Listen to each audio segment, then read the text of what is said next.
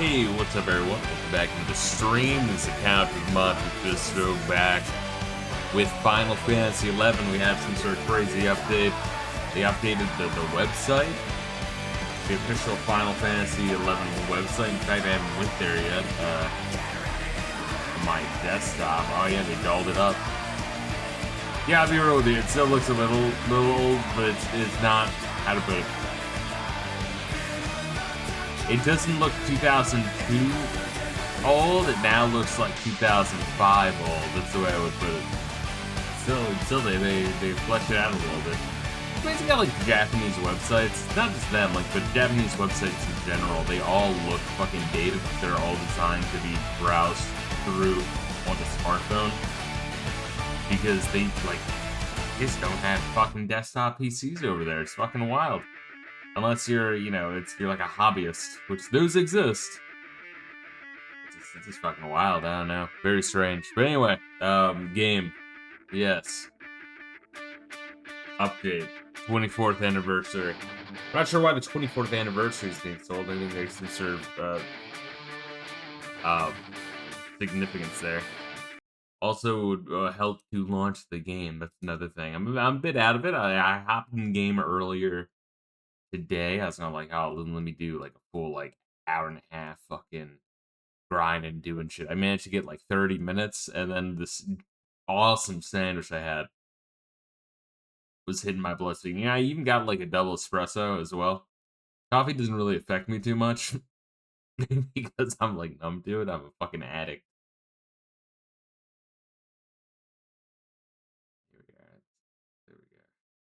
Took them 24 years to update the website to look like it hasn't been updated in 22 years. Honestly, that's not a lie. It's about on par for what actually occurred. Anyway, bring that up in the meantime.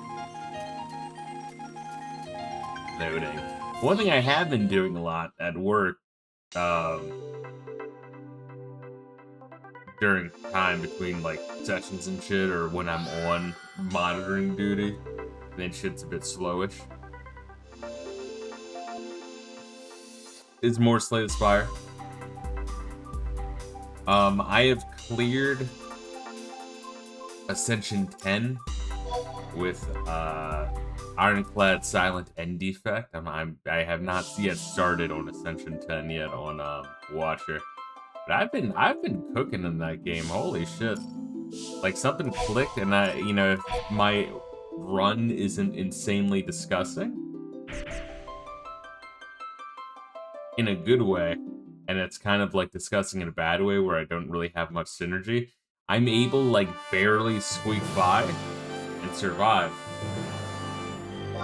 long enough to win. The entire run is even flying a plane, and I'm almost crashing the thing the entire journey, and then we still somehow land. It's man, they know you're starting to get good. You're starting to figure out how to make those fucking turns count and not give up. And you're yeah, I'm gonna die. Well, I'll still keep fighting. I think the big reason it's a big deal is since the FF14 crossover, more people are starting to try out FF11. They even updated the free trial to include no time limit, and you can level up to level 75. What do you mean that they updated the free trial to include no time limit? What do you mean by that? You still only have access to the base game. What the fuck? You would think, that is so minimal. I mean, don't get me wrong, that's awesome that that's there now, but, something so minimal. You think they would just give it to you. Jesus. Yeah, hopefully they fucking do some shit. The original FF11 free trial had a 14-day time limit. That's fucked. That is some stingy shit.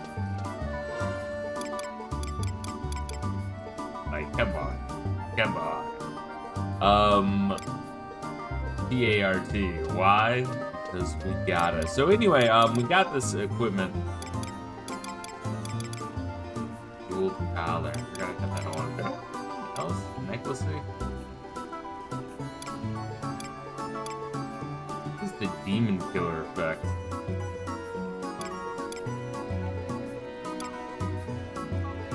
it's like +1 to everything, which is cool. But I think I actually prefer the +10 elemental to everything, because that actually improves resistance to status elements.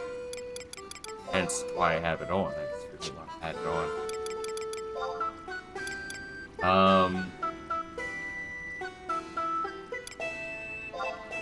If I can find it, there we are. Found it.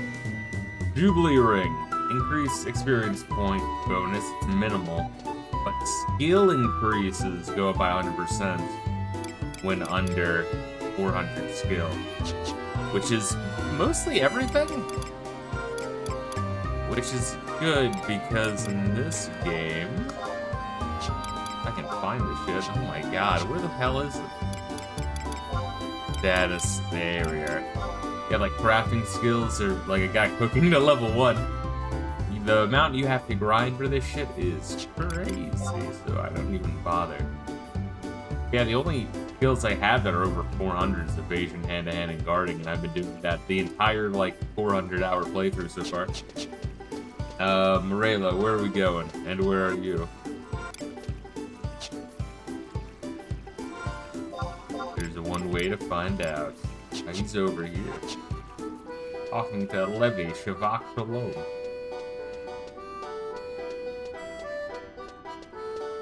But, shit. Yeah, so that's fun. I've also been dicking around with the Root Trees Are Dead, my most recent stream re-upload on... Oh, well, look at you. You look lovely, Reila. Get a load of you. Let's get some upskirt action. Beautiful. It was free. Well, it's very fitting. This is the way I imagine you dress for my streams. These boots make me look like a whore. Yes, it's the boots that make you look like a whore. Where is Levy? But yeah, Root Trees Are Dead, my most recent YouTube upload of Final Fantasy Tactics. I was showing that off as my internet was bombing. But that's a fun one. I still recommend Return to the Oberdin before playing that one, but if you like Oberdin and want more shit like that, that's a fine job. I'm enjoying it. Huh? So what if I'm minding my own business playing the nose harp? You want to fight about it? Ready and raring, motherfucker. Forget about it. I'm not gonna let myself end up just as another bushwhack in your pioneer quest. You really want to know why I'm so happy? Just say even someone like me who shovels Lee's bureaucratic manure all day has occasion to get excited. I'll say this one to fight someone dressed like Tugger. I know, what a pussy. That's all I live for. You know how everyone was worried about Arcila's sudden disappearance, right? And maybe you know whether this Whopper's actually got some weight behind it or not. See, Arcila has spirited away by a demonic varmint. Well, what do you think? Could it actually be true? Say I have no idea. I have no fucking clue what you're talking about. Oh, you don't know. Can't imagine anyone else has the foggiest. Well, the important thing is that the princess is as snug as a bug in a rug once again. Speaking of which, she's been moseying on into our humble establishment quite often ever since she returned. With Ignis's illness eating away at his the capability to lead. Seeing her sweet face has been a breath of fresh air to the pioneering initiative. Colonization has been marching along to the tune and progress, and we Pioneers Coalition members get to gaze upon Arcila's radiant beauty almost every day. It's enough to move you to song. There we are. Oh, come on, I thought you could use a joke. Anyway, that's not all her return has blessed us with. I'm not sure why, but even those curmudgeons in the Order of Weatherspoon have stopped flapping their gums over the colonization issue. We can finally work without getting a sermon about the Founder King's last words. Come think of it, I bumped into Ingrid from that very order the other day. She gave me the dirtiest look I've ever seen in my life when I mentioned your name. He'd have thought I spat in the face of the goddess or something. That's how you know she digs us. When the high seas happened between you two? Well, maybe it's not best to cry. I will say, though, Scuttlebutt has it that the Exorcists no longer make patrols in the jungle. Could it be that you called upon some unholy powers to manipulate them into Level. Less shirking, more working. Leathery le. You can be sure I'll tan your hide if you call me that again, runt. Oopsie. Did I say that out loud? I guess I'll have to tell the others we can't use it anymore. What was that? Look at the time. So much to do, such a tight schedule. I best put my nose back to the grindstone. Level, I never knew you were so devoted to performing well. What? No, I mean, you can't judge a book by its cover, Master Langavo. There we are. If that's the case, then why don't you take a page out of my book and kiss your next day off goodbye? What? No! You never know if he's playing cat and mouse with me or if he really is that dumb. As it would happen, Count Monte, so I have a request. You see, we've just learned that the problem has arisen within the Couriers Coalition. Even though it may turn out to pose only the tiniest threats to colonization, we must walk like a cat on eggs. Now that the voice of opposition has finally gone silent, we can't afford to jeopardize the strides we've made. Failure is not an option here. That's why I need you to go to the Couriers Coalition and find the source of this trouble. Will you do that for me? No problem.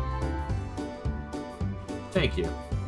Hopefully you can track down this snap this problem's neck in two before it causes us any harm. Happy hunting, Count Monte Fisto. Alright, Couriers Coalition, or something. But anyway, what, yes, today I grabbed, like, a cup of espresso, like, right around 1 after I got off work. And there's one sandwich spot near the beach that's, like, they have, like, decent prices. So I'm like, alright, let me just save time on cooking so I can get more grind time in. And, like, what did I get?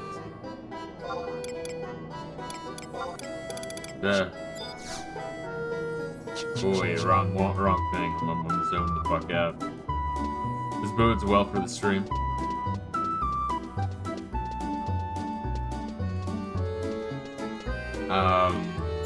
Turkey and brie sandwich with everything on it, all the various veggies and delicious fucking vinaigrettes and shit. And it was really, really, really, really, really good.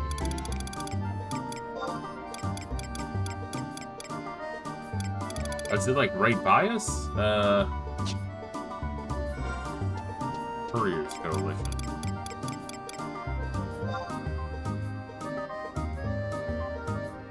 Oh, that's in the fucking square. Jeez. That's why there wasn't the name of it right there.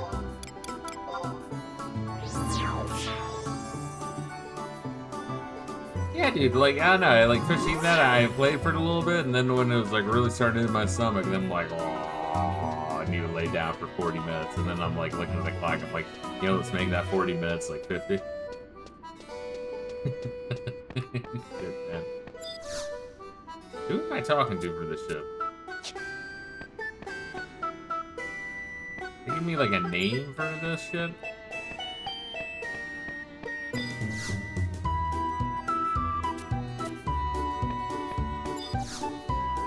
Fucking Kill Pig. Who the fuck is Kill Pig? Oh, there we are. Damn me to the darkness. Whoa, it's been such a long time since I last saw you, Count Monte. So what's the matter? We've no place to store this massive cargo destined for the Middlelands, that's what. And the documents are even in order. It's partly the finance minister's fault, but still. You do know that the minister has to sign off on all national transactions, right? Of course, that doesn't apply to private business deals, so you'd think the work would be manageable enough. However, every form has been littered with mistakes lately. It's plunged the warehouse into utter chaos. And that I mentioned it, I don't recall a time when Adelin's finances were in such a state. The Order of Voltaris trains their members well. Every minister I've heard of studies there, and they've all been absolute sorcerers with numbers. Perhaps the greatest of them all is our current one, Melvain de Malcra. He can tally hundreds of different accounts in the blink of an eye, all while eating a 3-course breakfast. He needs but a brief glance over even a tower of documents to spot every single error, and only a few swift strokes of a quill to rectify them.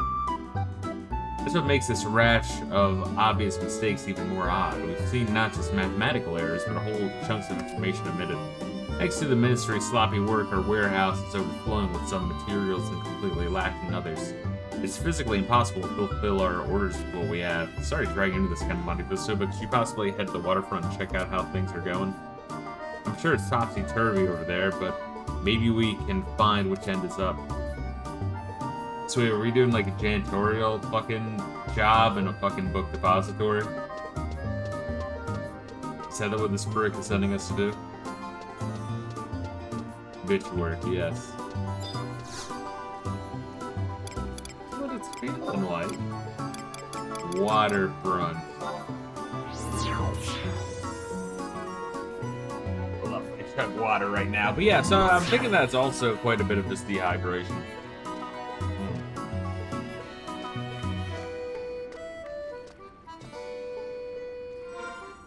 Especially if you like walk around like J4. J4th, also known as 9/11 times fucking 1,000, or was that J6? I think that was J6. I love how like blatant the left and the media were about that, by the way. I'm trying to get us to associate that number with like 9/11. Like, dude, like, fucking like, one person died and the rest died days later, unrelated. That you tally into it. And most of those deaths were cops, which I'm pretty sure you guys hated. And once again, days later, unrelated. When will this drudgery cease? What would a pioneer like you be doing at the cesspool of a warehouse? Yeah, I'm just as floundered as you, bro. How's it going? And you even need to ask? Take a look around. It's Bedlam incarnate. The person who died was killed by one of their people. Hey, dude, it's insane. It's so insane. And like, yeah, and the cops that died, they like, it was like they counted like months later due to suicide and shit. It's like, all right, well, A, that's weird. B, okay. And then like, I think one of them had like a heart attack like the day after, or some shit, and he had like terrible fucking health. Like, well, all right. What, was one of the fucking rioters Kira from Death Note? Like, get the fuck out of here. We have a dearth of bare necessities and a surplus of luxury items. I cannot fathom how our city will be able to subsist if this ridiculousness continues any further. Gulberine, I have a word with you. If you think I'd have time for your idle twaddle, you sort of like... My apologies, Lord Estinu. You have no time to be kissing up to people, Gulbarian. I am here to inform you that we still don't have an adequate time frame for shipping you-know-what. Surely do not mean, this is enough to make me bash my head against the warehouse wall. Do you see what I mean, Pioneer? It is a veritable maelstrom here. Oh my, you would not happen to be Count of Monte Fisto by any chance, would you? Have I heard of you? Of course I have. I would venture that there is nary a person in Castle-Lynn who has not heard your name. It echoes from the rafters whenever patrons and servants alike gather. What? This mealy-mouthed girl is really that famous? Indeed she is. I assume that is thanks in large part to how much trust Arcila places in her. It hardly comes as a surprise, though, if the tales of Count Monte Fisto's adventures in the Middle Land be believed. While we are on the topic of introductions, allow me to make my own. My name is Estino, and I am an aide of Melvain de Melfra. Sir Melvain has been preoccupied of late with other tasks, so I have assumed his ministerial duties for the time being. And a right mess of it you've made, too. Would I could argue with that statement? Yes, I admit that my capabilities pale in comparison to the minister's. In my defense, though, no being could review dozens of documents simultaneously as he does. It is not hyperbolic in the least to suggest that Melvain de Malfra is the single biggest reason for the nation's mercantile success. I barely slept a wink in the past fortnight, yet have come nowhere near to replicating this at this... What was that? A land shiver? Is that like an earthquake? It would stand to reason, seeing how there's been a spate of them recently, for certain. They're equally as disheartening as the current distribution situation, if not more so. The last one of some poor decimated church on a nearby islet. Is it islet, or am I a retard by reading it that way? Islet? always said islet. If island is island, then wouldn't that be islet? To think, a building of historic significance that stood for generations, gone in an instant. Where would we ever find the mail with which to rebuild it? Although I suppose that's the least of our worries at this juncture. Which brings me to something I would like to discuss with you, Count of Monte Fisto. To tell the truth, we have been saddled with a tall order from your homeland. They request a contrivance that is oft made by our very own Adventures Coalition. Craft it, oh fuck. We would need an F-skin, a lock of manticore hair, a buffalo horn, a square of manticore leather, and a square of buffalo leather. Nothing else comes to mind, at least. As you may have already surmised, this commodity in question is a bison jacket. Made from the finest of old booking materials, it has proved so popular that it found its way to the Middlelands generations prior. The coalition artisans that stitched them are so finely skilled that not even the most scrupulous of fashionistas can tell the difference between those jackets and the originals. Therefore, it is only natural that we are inundated with orders from the Middlelands. While we have measures in place to fulfill this hearty demand, we simply are not prepared for an order of the proportions. Oh, by the way, yes, I now realize that I forgot to add one of those items I mentioned to the official list of required materials we sent earlier. Please forgive me that oversight. Thanks to my folly, we are now short of buffalo horns. Our client is breathing down my neck about the shipment. They will likely need to ask other pioneers to lend me their aid as well. Kind of money this I beseech you. Can you please find me your heart of hearts to rectify this mistake? The pleasure is mine. Your largest truly knows no bound. Once you procure one buffalo horn, I would ask that you bring it to Golbarian at the warehouse for safekeeping. May the heavens light your way. Why scare me with a long list of shit then? Are we buying it or finding it?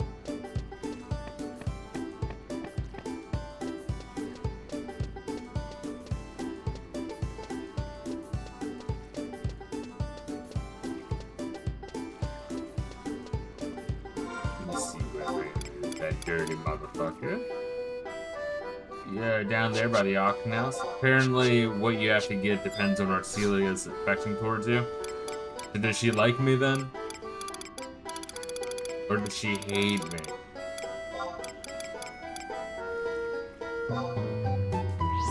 Buffalo horn means the lowest. Got it. Well, what the fuck am I supposed to do to raise that shit?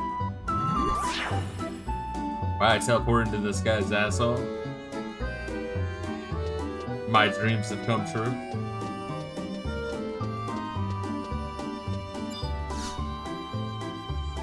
Or have I been choosing the wrong fucking dialogue options a la Final Fantasy VII?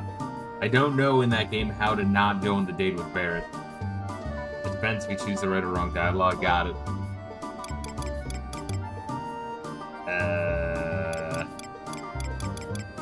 What would that be? No, I can pull this gay shit up, motherfucker. Into the fire. Melvin, the minimum. I had to get F skin, so I'm wondering what my affection level is.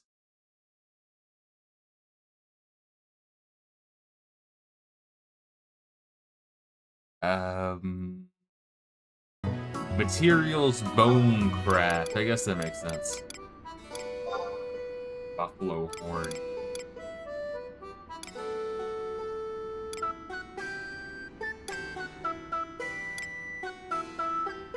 That's awesome. That means I've been like choosing the absolute worst options each time. Kind of funny. It's not like I've been trying to.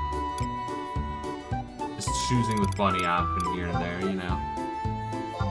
Price history, 15K. I might be able to get away with.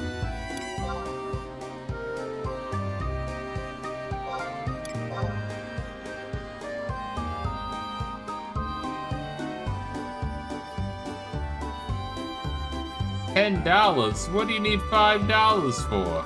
That's how I feel buying buffalo horns for 15K.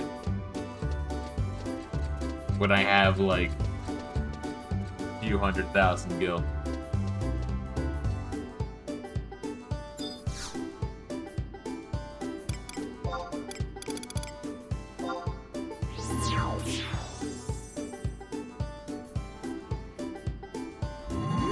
Wow. But, what, Final Fantasy 3 has been going well. I have been enjoying it, but I'm seeing more cracks in Foundation. But, if you go with this flow instead of fighting it, it is a enjoyable experience. Wait, is that not, like, fucking load in yet?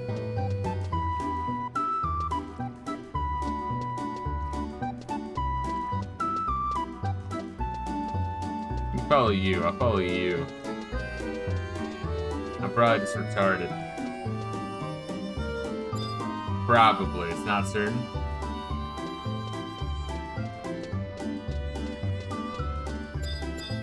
Oh, you just check the door. And let me trade my horn with the door.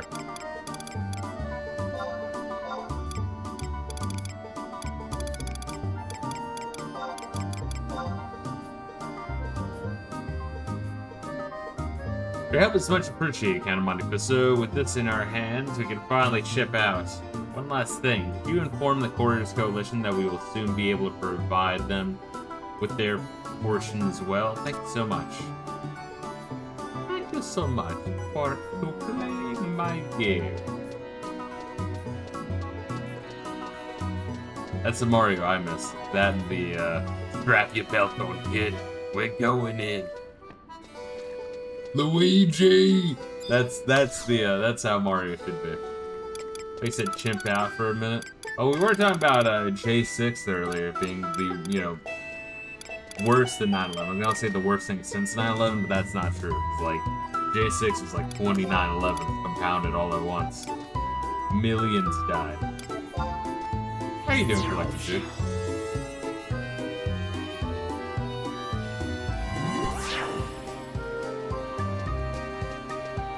Yeah, but I'm finding the way to play FF3 is to be hyper-reactive to,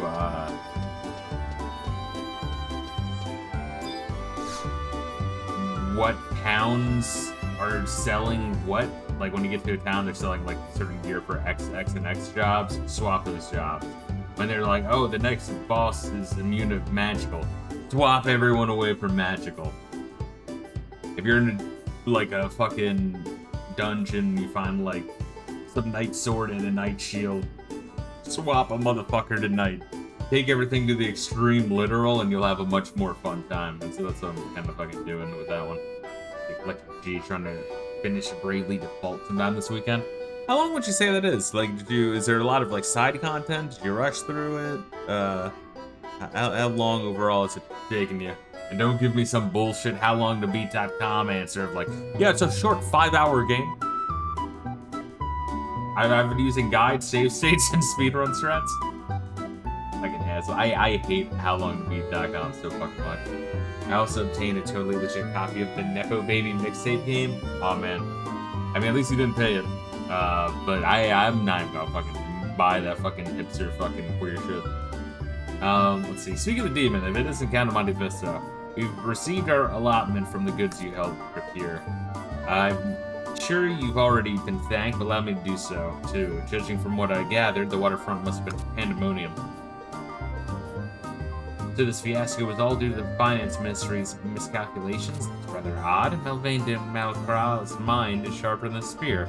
His passion for the colonization movement burns brighter than a wildfire. Someone as intelligent as he must see that any negative impact on trade with the Milllands will adversely affect our pioneering. These rumors are true after all. What rumors?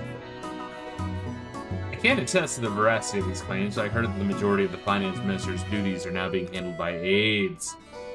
Well, he does look like the kind of man with a lot of aides. However, even this legion of assistants can't seem to match his bookkeeping prowess. How he's been able to stay afloat in that veritable sea of paperwork is beyond me, but it reaffirms how extraordinarily an individual he is. Anyway, my point is that a myriad of hardships have befallen our sacred city in this absence. Such is the inevitable consequence of a whole organization relying on one person, I suppose. As they say, a bridge with one abutment can't help but collapse. At least that's what my mentor always said. In retrospect, perhaps I shouldn't be making light of the situation when the nation's fate is at stake. Wouldn't want to be prudent. What would be prudent, though, is appraising Mesa Original of this possible development. They may still be just rumors, but our little talk just now has given me a pause. One can never be too cautious with such sensitive information. Thanks for helping me make up my mind, kind of Monte Fisto. Oh, and for helping me down at the waterfront, too. When I was searching for sailors.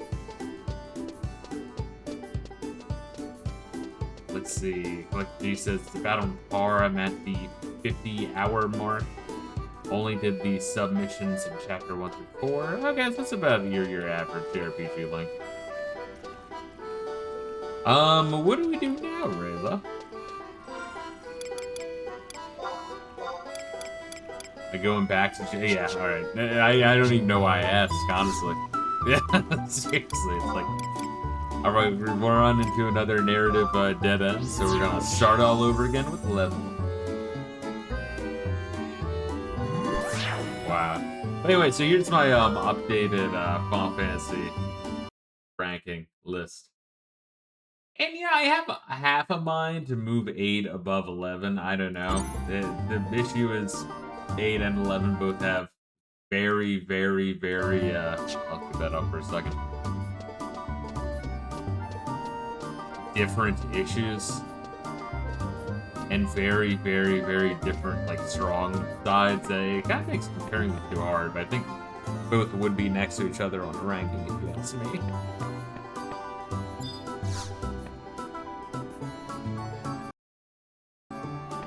But just second, like, what's you guys' general take on Final Fantasy VIII? Do you guys like hate it? Do you actually like it? Do you think it's kind of okay? I'm kind of gonna be like, it's pretty okay. It's pretty good.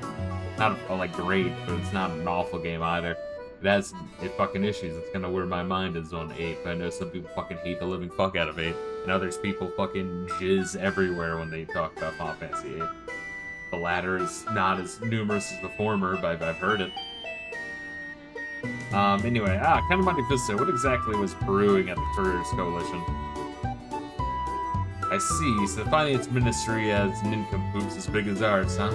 You might not feel like you've done much, but trading is all about trust, and you definitely earned the Courier Coalitions. Is that kind of Monte Fisto saved the day once again? I knew from the very first moment I laid eyes on you that you were destined to become a walking legend.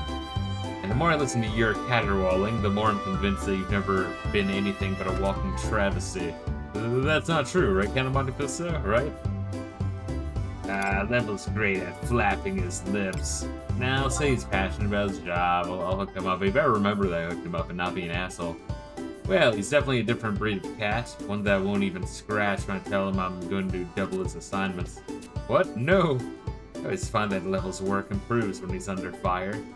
When he has fire under his tail. As always, I appreciate what you've done for us, Count Monte Fisto. This may not be much, but you more than deserve it. I wonder what Melvane is preoccupying himself with then. I don't know of anyone who needs his expertise right now. And we're talking Level again.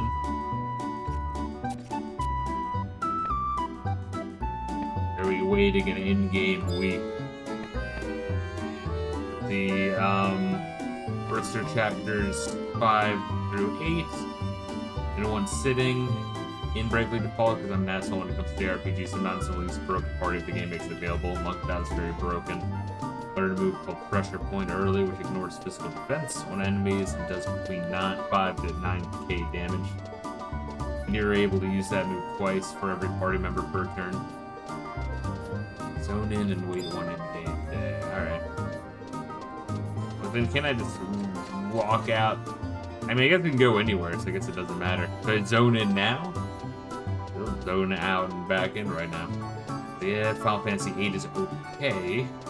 It's not as bad so long as you understand how junctioning works, but the story does not make any sense. Okay, so at least we're on the same side of the story. That's the thing, it's like, I can, every time I revisit that game, the story makes more sense, but I'm like, I feel like I'm getting gaslit by the fan base of FF8, of like, the game making more sense than it actually does. I'm like, did I like miss a couple of plot points? Or like, was I not paying attention enough? And I don't think it's a question of translation, you know what I mean? Like, some people claim that Final Fantasy 7, the story is better, but, like, the translation was bad. But I played, like, a retranslation, like, it's very few scenes that the story gets better because of the, brushed up translation. Like, very few. Like, 2 or 3. Like, it does not change much. Raylo, what's your take on FF8? Guess they're not paying attention, say it isn't so. Well, no, I mean, I don't know, well, but then when I revisit Final Fantasy VIII, then I'm like, wait, I understand more of the story, but, like, there's still some, like, jumps in the plot line where I'm like, what the fuck, how did we get here? What are we doing, and why are we doing it?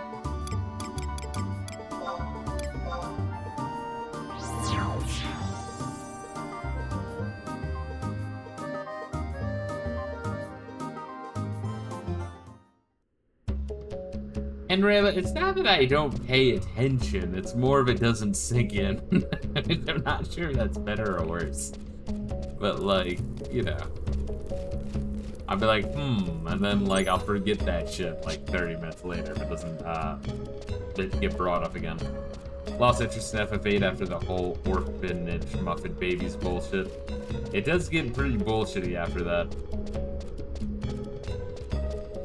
I don't really understand why Seeds forgot their past by using their guardian forces. Seems very contrived. Yeah, and then it's not brought up. I think, I've said this before, I think that's kind of one of the big issues. Is like, it'll have plot points and then it won't, how to put it, it's like it'll have like, not even just plot points, but like lore points that are then never brought up again or explored. And that's why I always point out that it feels like it doesn't quite have a, like they approved the rough draft. Like, they went through it once and they're like, all right, let's start development.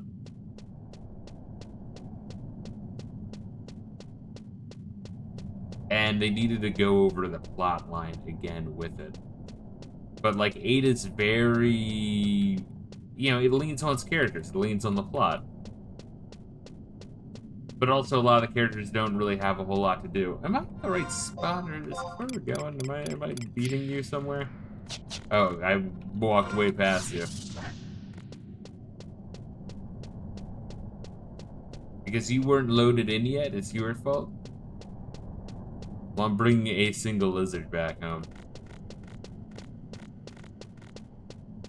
Rayla, can we keep it? It followed me home.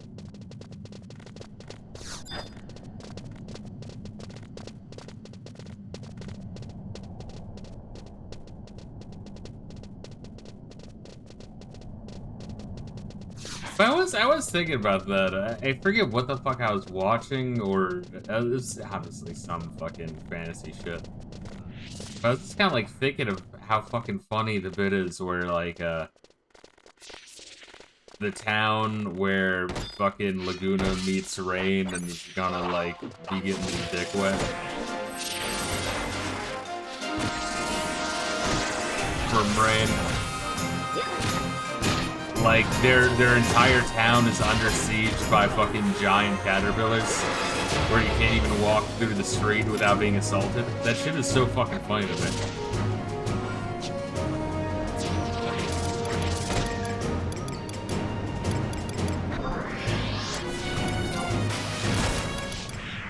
The e-chattering... Wait, what was I looking at here? What ring do we need? Facility Point, no. Zamaru, no. Berzak, I think yes.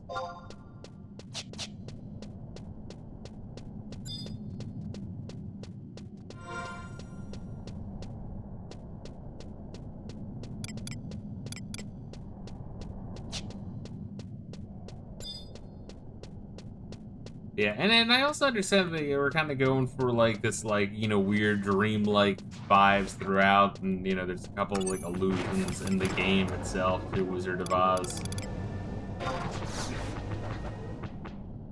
With, like, the giant fucking magical city being attacked by a witch, and then the fucking head of the country is some outlander that just kind of ended up there.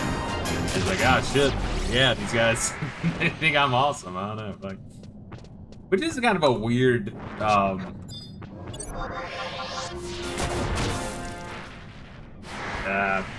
thing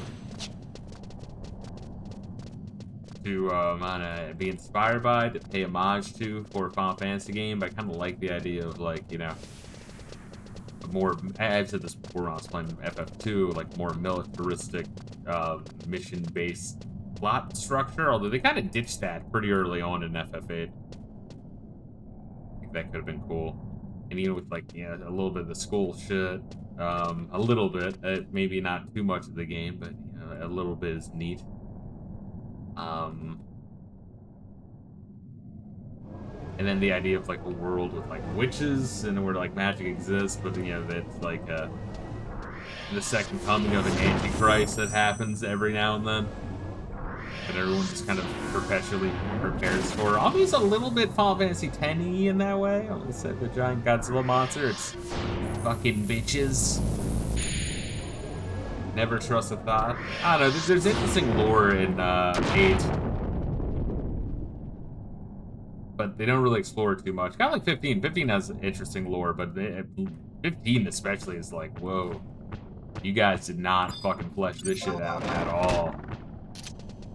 But there's, you know, interesting concepts.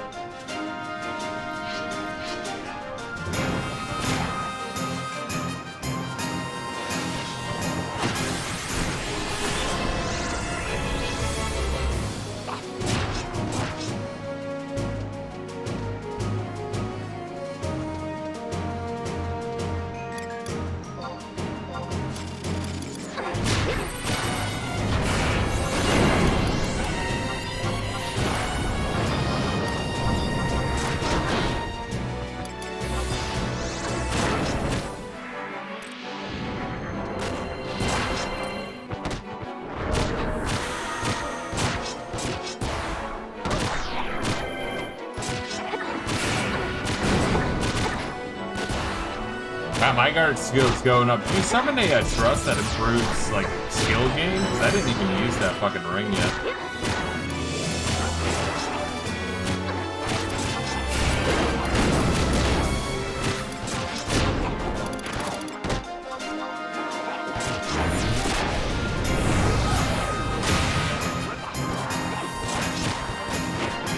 Hear about the devs who made Exorcism 33 coasting up to Enix Sarkeesian.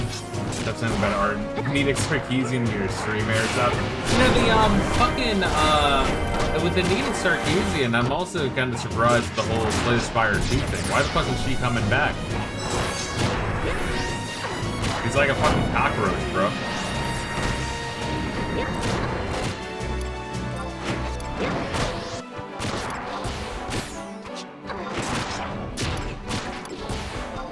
He's the Black Widow of gaming.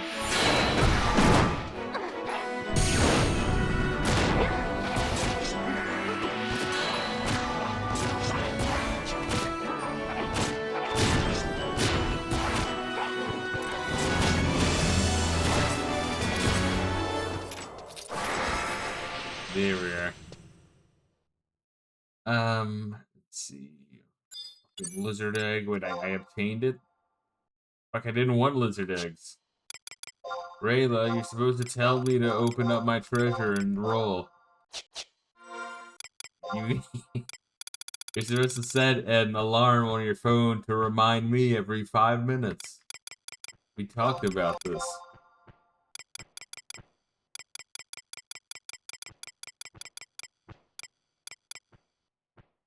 I'm not your mom. You can wipe your own ass.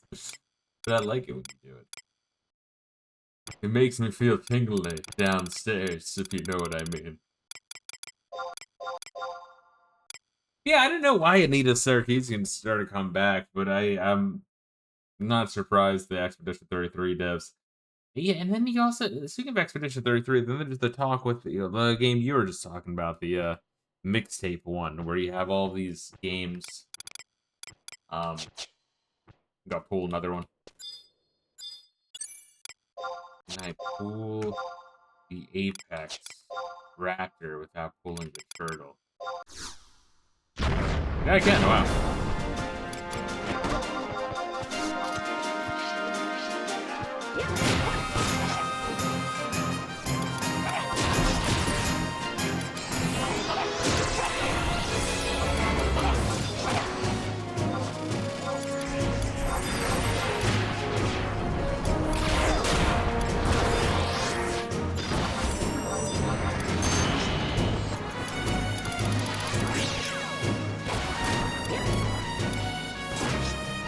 Forget St. Paul Interactive were ex-Ubisoft employees. Yeah, it's just weird all the like the AAA game devs being masquerading as indie because they realize that everyone hates indie because they're cunts.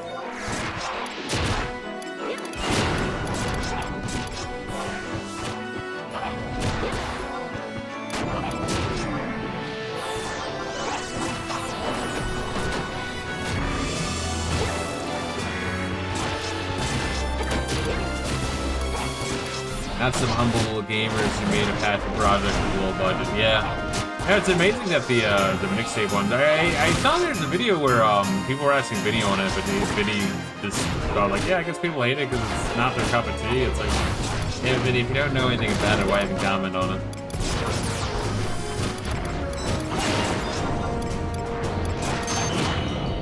I mean, I haven't watched Vinny proper in fucking a while though, but I'll occasionally watch the like, what is it, little like the clip sections. I love little shocker my own ass.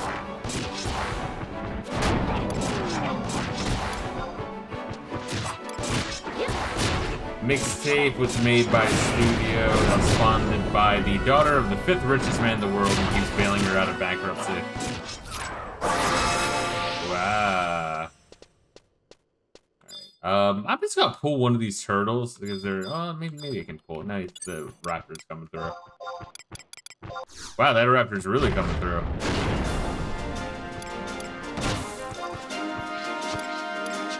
Attack would be great if you could.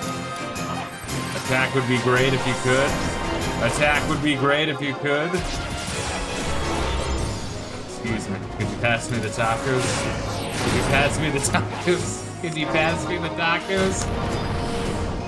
I was saying I was watching the fucking what was the Christmas turkey from the past, whatever the fuck episode that was of Aqua. It's such a fucking funny bit. Those socks are laser guided and I get crazy if you touch them.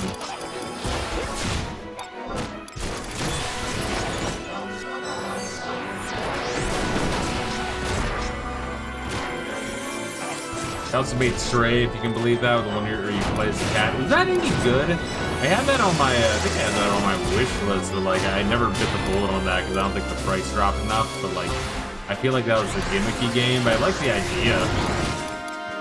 I like cats and dogs. Remember there's that Tokyo Jungle game that like, was PS3 download exclusive? Where it's like an RPG where he plays an animal in a fucking like post-apocalyptic Tokyo after like greenery has overgrown it. That one looked really interesting, but you know, you could never play it.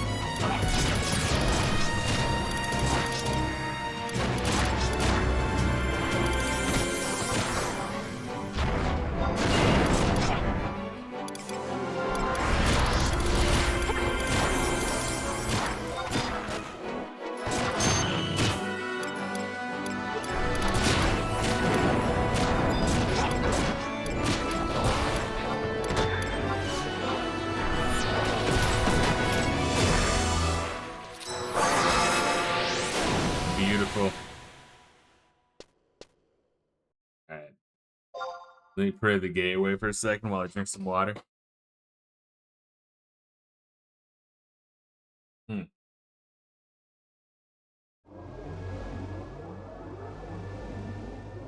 Ah, man.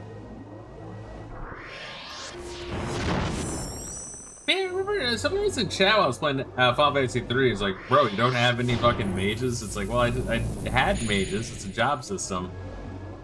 And they haven't given me new black magic in a while. new white magic in a while. They're telling me the next fucking guy I'm gonna fight is immune to magic, and it's been giving me a whole bunch of unique thief shit, and Viking shit, and black belt shit, and knight shit. So those are the parties I'm playing.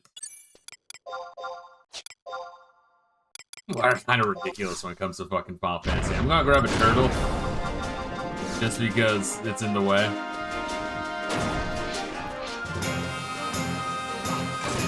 Armchair gaming, yeah. I mean, it's like when you're streaming, like what else? What are you know? Like you have to expect it, you know. But it's like I've said this about Final Fantasy 2 a lot, and 8, go figure. Is people have like a fixed way to play that game in their head, and they've never questioned it. Which is weird because these are games that are designed to be played in a lot of ways, at least theoretically. So it's like, fucking experiment. I mean, 8, I'm convinced that the best way to play is to, like, draw magic as little as possible. You'll find magic in 1,000 other more time, what's the word I'm looking for? Productive ways? I mean, productive is not the right word. Economic ways? I don't know. There's a word. A word exists. I think the fat dude swearing at the Olympics on TV for someone fumbling at triple axel. Yeah.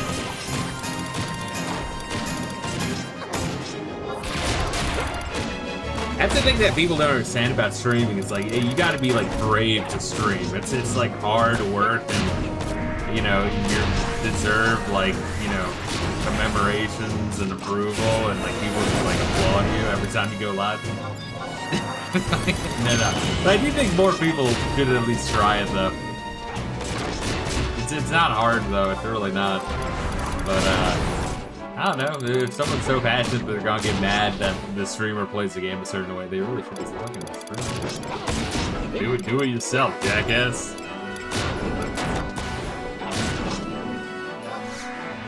Explode this dragon.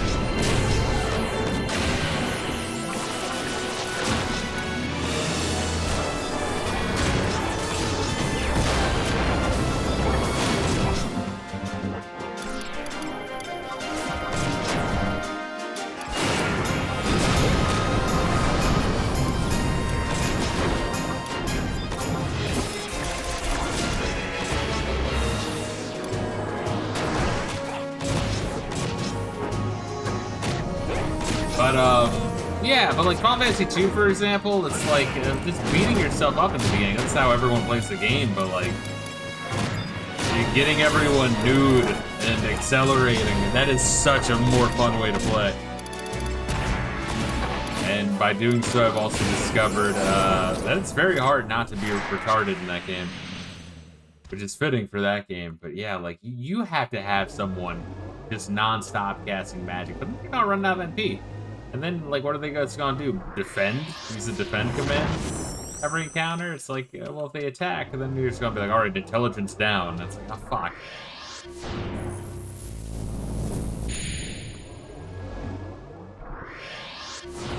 There's definitely some weirdness with FF2. Alright, let me know when you good. Korumoro is all beat up. But let me know if we good.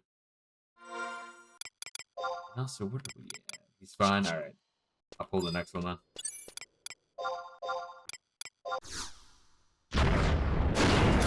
Provoke is a very convenient ability, it really is. I think the, like, the ninja or thief throw ability also works really well. I know people would have, like, a thief do that and then use flee to sprint all the way back to the you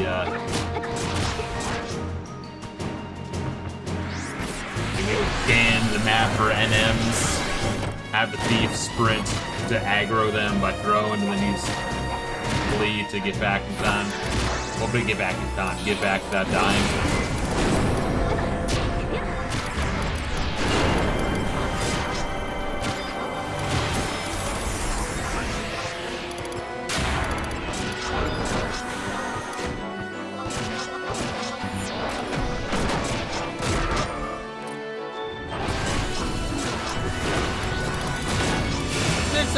nice tech you can do with the Final Fantasy 11 system.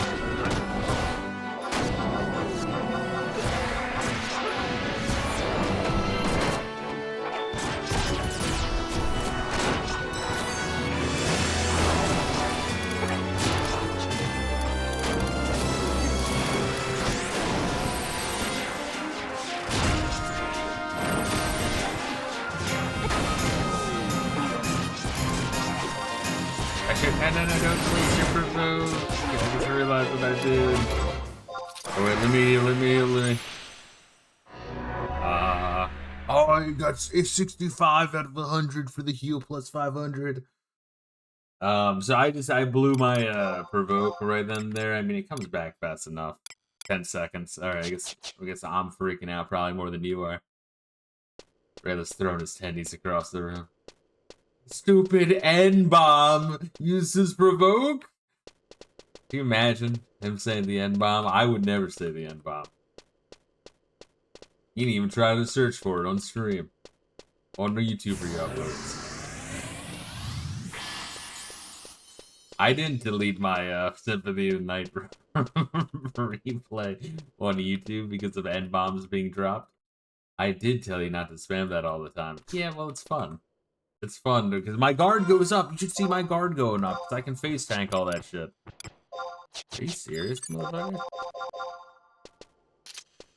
I don't even need provoke.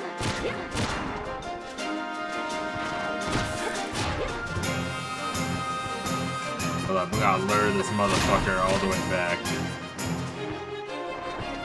What a retard. He's coming right into my trap. He came all over it. Doom's original soundtrack is an ad to the Library of Congress, by the way. It's a fucking solid track. You know, I wish I didn't play a whole lot of Doom 2016, but I wish I liked it more. I wish I liked it as much as other people seem to like it. I mean, I didn't really like put more than like 45 minutes into it, admittedly, but like I thought it was all right. I didn't scratch the exact same itch that OG Doom did. The cheesy music and visuals. I'm like sprinting full fucking speed, fast as fuck. That game plays so fucking fast, it's insane. We've come a long way since Joe Lieberman in 93.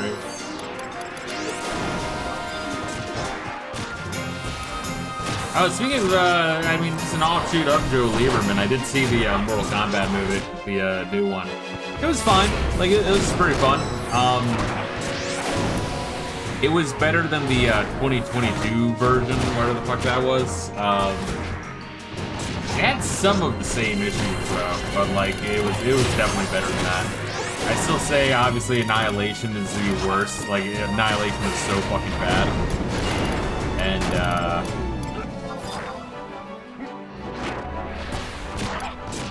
the original is still fun. I love the original Mortal Kombat.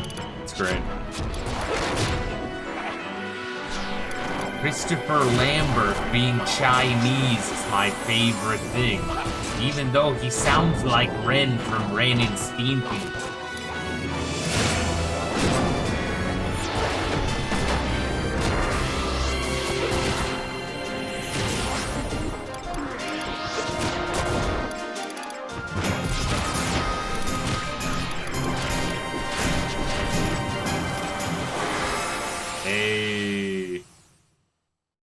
Dropping those. Does it still have did I run through it already?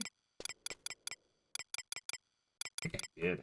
Alright, let me, jeez, through that shit. Alright, well, what do I have now?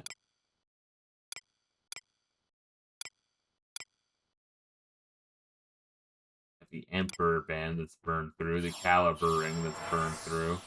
Fuck.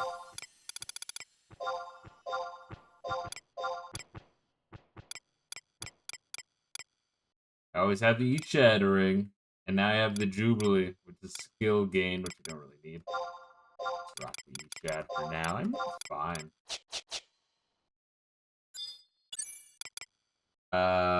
Yes.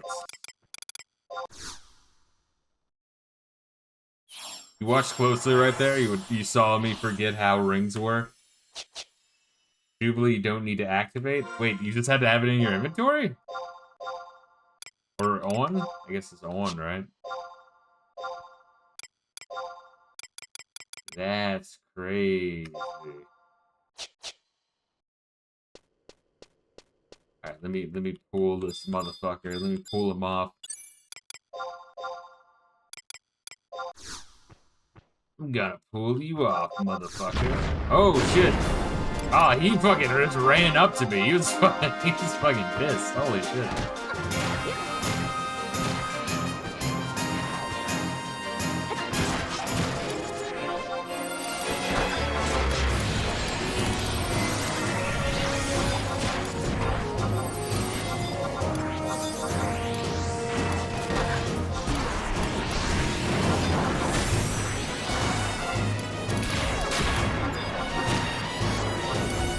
Oh, that arena's probably awesome for fucking mages. Holy shit. Kind of realizing that now.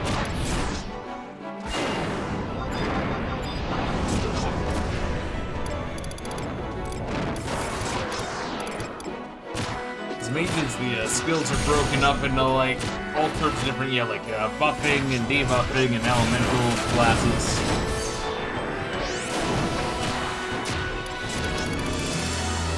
Being able to prove that is probably real sick.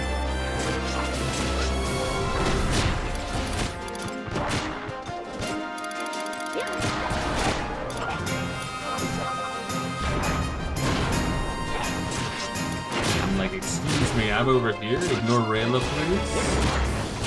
Boost my shit.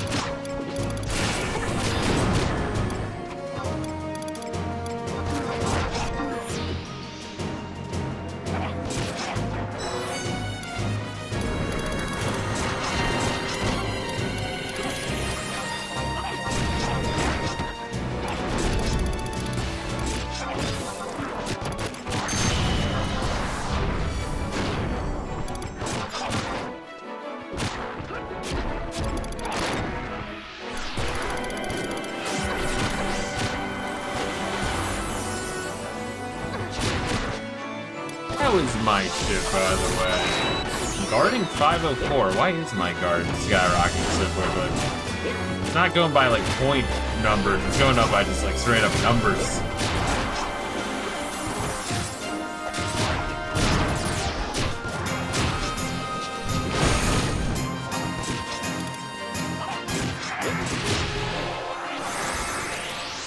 There we go.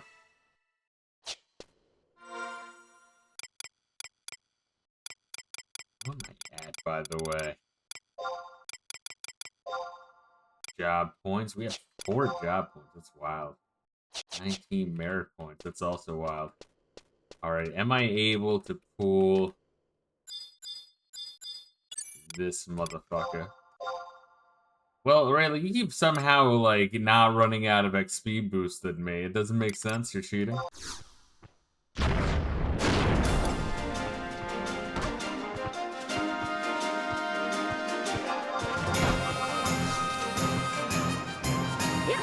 Told you I have the endorsement ring. You didn't say anything about endorsement ring. I don't even know what the fuck that is. The endorsement ring. How do I get endorsed?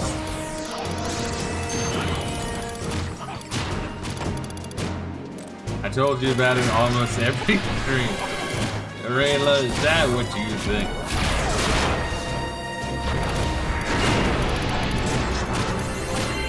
You have to do some monthly quests.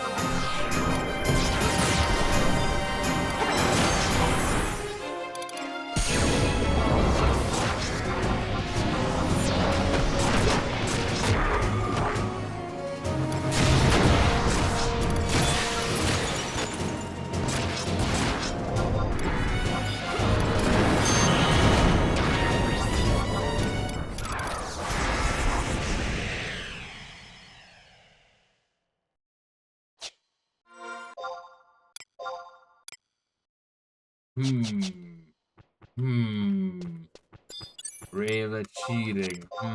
Getting more job points than me by hiding knowledge of the game from me.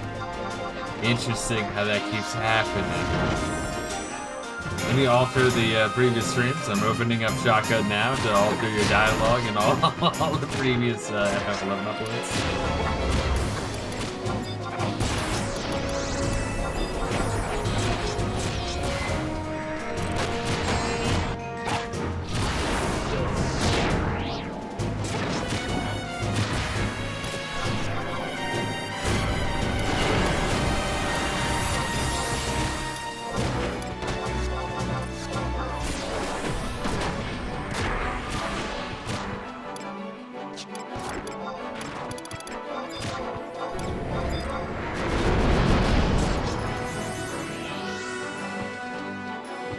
Typical Fisto blaming his lack of knowledge on me. Well, it's a beautiful thing to do. Nothing is ever my fault.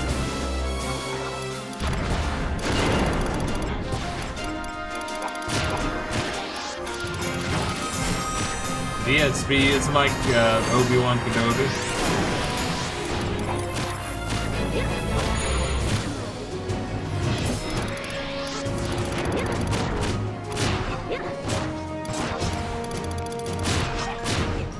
I did nothing wrong. I did everything correct. Obi-Wan, it's you.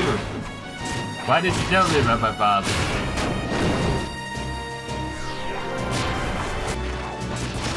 My brain was glitching, bro. I was telling the truth from a certain point of view.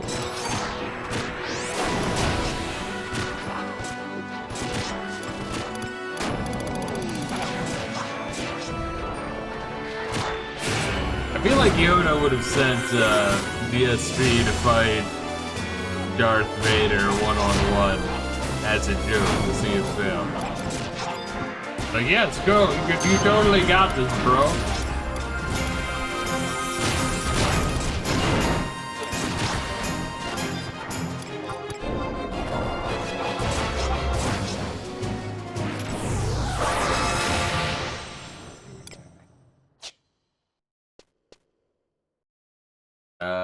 We got time for that. Look at that fucking turtle trick. They have 3 charges on the facility ring. Oh, did the shit fucking wore off already? Oh my god. Oh fuck. And I pissed off a turtle. That was a bad time to be trying to find my ring. Ow.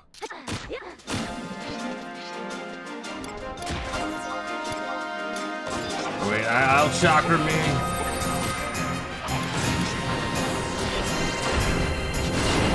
And then I can dig through and try to find a ring I can use. That one's still gone down.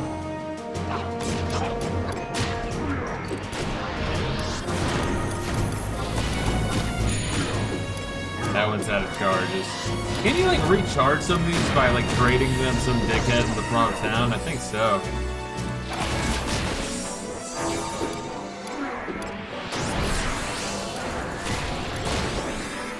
Some of these, like, the Emperor, the Caliber ring. Wow, all of them. I'm out, really, of all of them?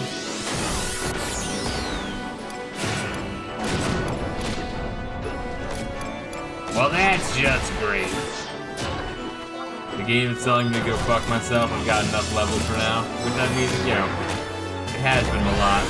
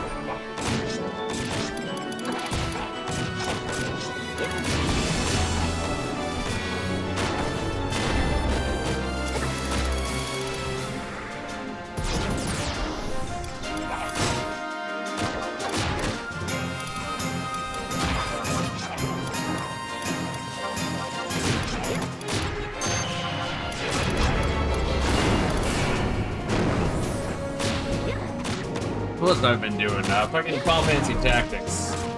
I got past the first chapter. The first chapter, like, ending checkpoints, skill check, it's kind of bullshit. It's kind of reloaded, like, and tried, like, 3 times to finally, like, the RNG win my favor.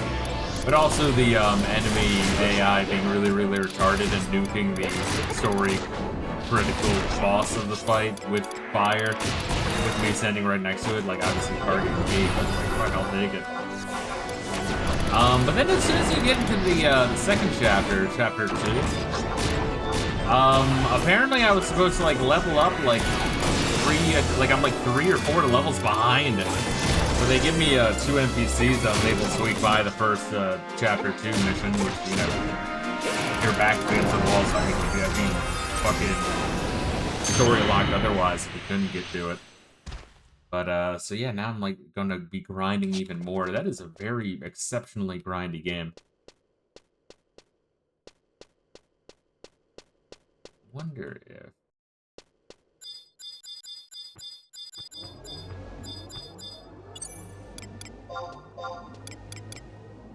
Oh, fuck.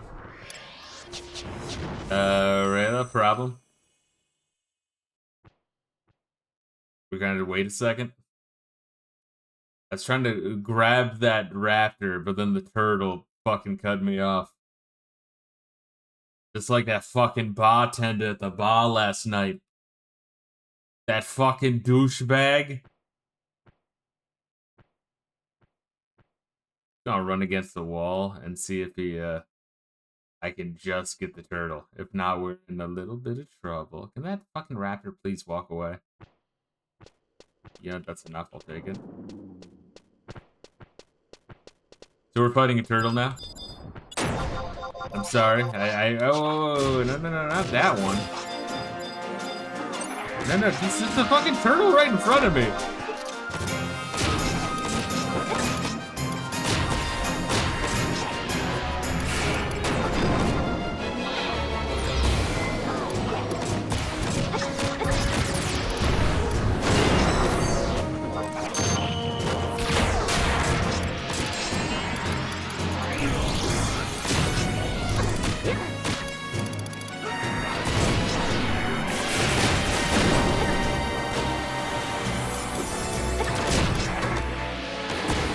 This motherfucker didn't steal all my TP? I think he did.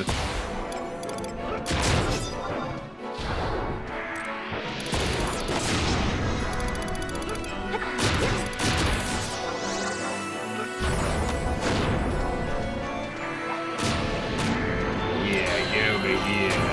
Get further over here. Away from your friends. Yeah, so I am enjoying Final Fantasy Tactics a hell of a lot more. I think that the new remaster, right? Really does, just with UI improvements and better translation and voice acting, and it just looks better and plays better and makes more sense.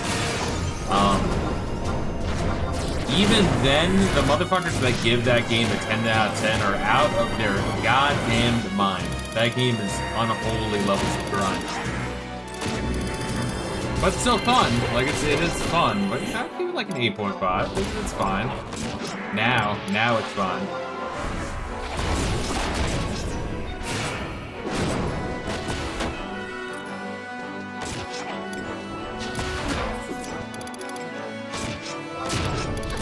Reddit RPG. I was laughing at that. Reddit RPG.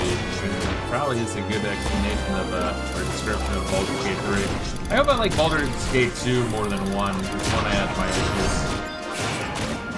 Yeah, I was kind of thinking about that, because I was watching that video I posted on Final Fantasy 1, and I'm like, you know what, I really do like the old ass fucking Western RPGs. I need to like get my ass playing Ultimate 3, and I would love to stream Wizardry 4 and onwards. I played enough Wizardry 1, and like Wizardry 2 and 3, you would literally have to have a save file that beat Wizardry 1 in order to play them.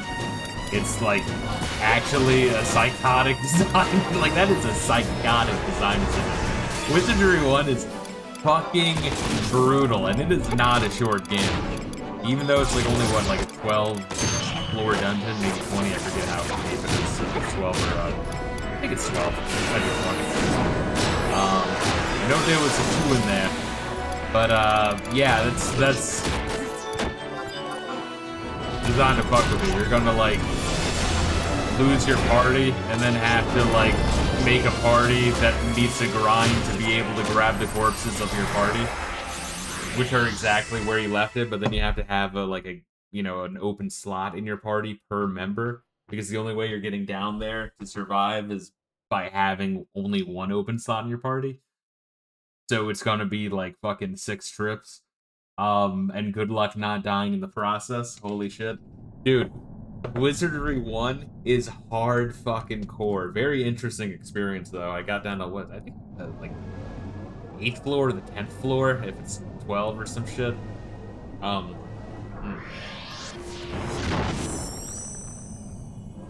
got pretty far. And then my third party fucking died. That far. I'm like, you know what? I can't.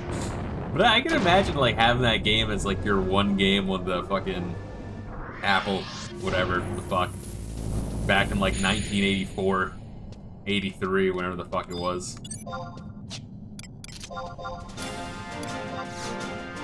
And that would, like, keep your ass for a year, and then when you get the fucking sequels, you're like, cool, I can, use my same party.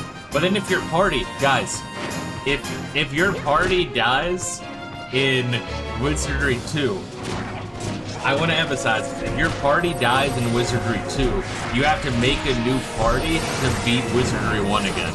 Or reload your secondary or third-dary party in Wizardry 1 and hope that they're close enough to the ending to beat Wizardry 1 to then get the little, like, binary 1 next to their name in order to then play the Wizardry 2 campaign to get back to where they were in the dungeon where you lost your party with one member till in the end, so you have a gap in your party. You can make 6 trips back and forth, fucking burying your corpses back to the end.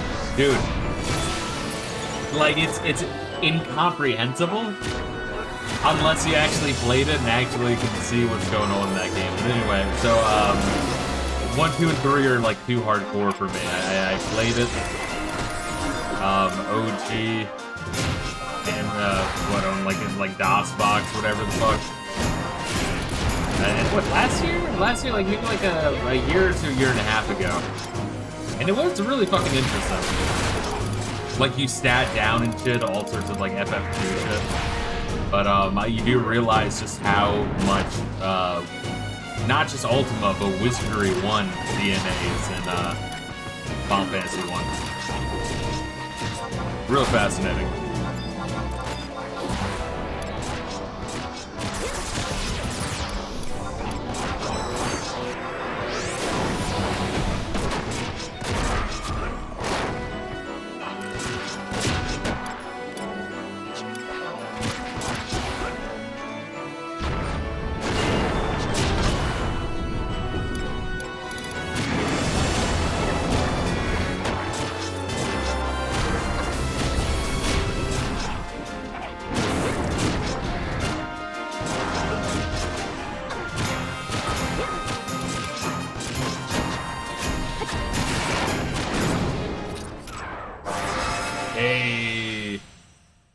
Let's head back then.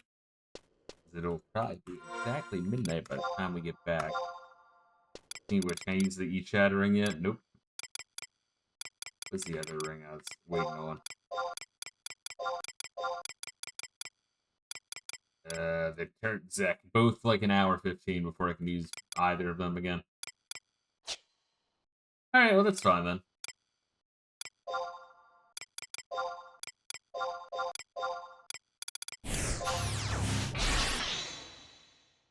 But yeah, I wanna get into some like hardcore to hardcore Western RPGs. It's just, you'll notice I have been streaming them every now and then, but like, a lot of space in between. I like the genre. Sometimes they can be a little bit too clunky, but some of the like the immersion can be really good. And it makes me appreciate a lot of shit that old JRPGs do. At some point, Wizardry 4 and Ultima 3 will be a thing.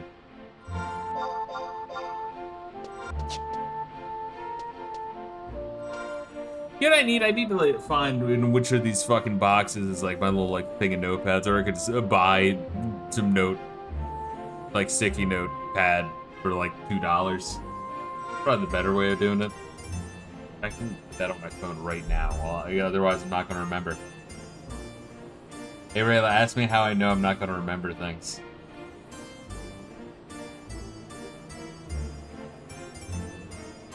Sticky notepad for desk.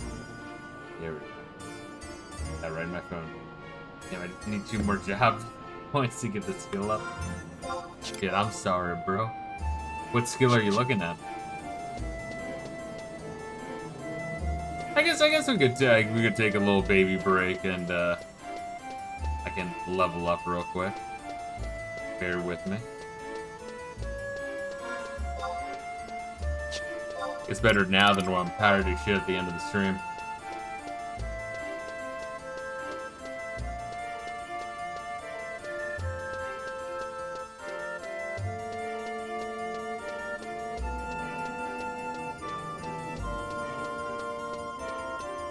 I gotta get Geomancer to at least level 20. I really do.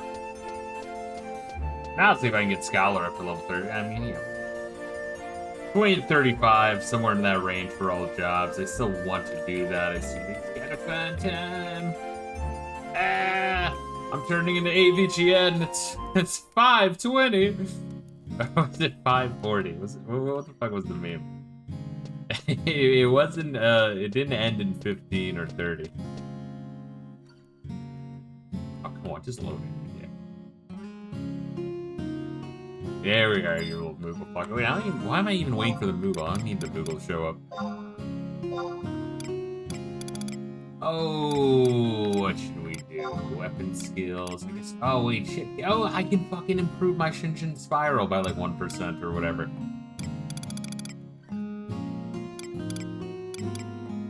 Is it staff and club skill? Fuck. That's probably what I'm gonna go for, because it's really fucking expensive. Also, slowly starting improving my hand-to-hand skill. I really don't see how I would even see an improvement in that, but maybe I'm just the retard. Hey, get a load of that fucking retard. I nutted in his mouth last week. Fuck you guys. I'm reliving my childhood drama. Let's see, where the fuck is this? There we go.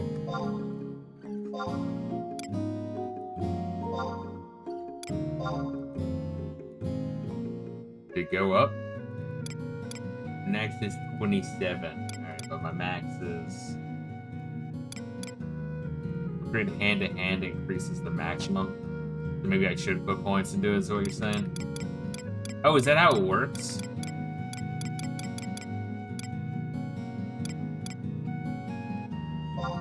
It's not like, oh, you get 2 points. It's like, damn. Okay, so it's your. I got it. Okay. All right. I got 2 points left. Do that.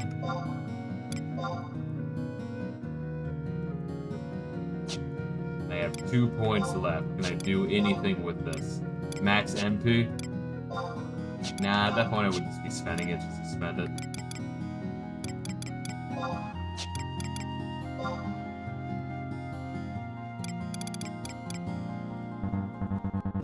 Why is that one number yellow? Fuck, probably it's for Alright. Then for job points, what we putting point into? Probably 100 fists effect. That's really all I care about. Yeah, like some of these stat bonuses, it's like, you know, yes, you're overall becoming stronger, but I can't envision some of this being that fucking good. Maybe I'm the retard, you know? We'll get 100 fists to prove.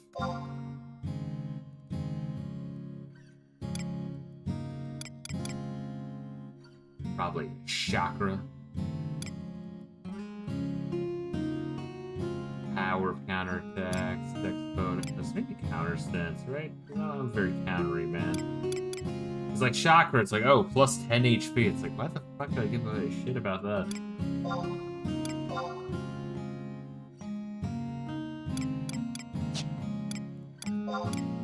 Alright. Oh shit, look at that. Alright, so I have physical evasion bonus. I think this is new. We got the physical defense bonus by 5. Capacity point increase by 5%. Accelerate the gains. Physical and range attack by 8. Not sure why range matters. Maybe if I throw a Kamehameha or whatever. Which is weak as shit, by the way, the Chi Blast. Increase physical evasion by 6. That's not bad. And now we have the next boost of capacity point increase in speed by 7. Sick. Job level 25. That's pretty crazy.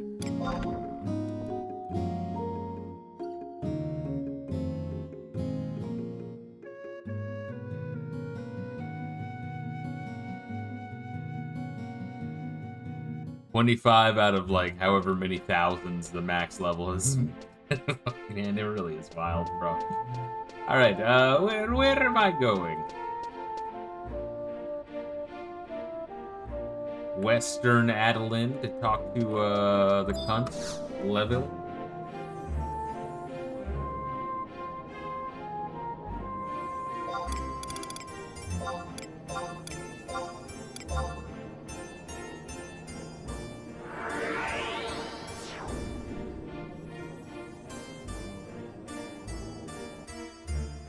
Hopefully I chose the correct crystal. I ain't looking back at that shit. I think I chose the right one.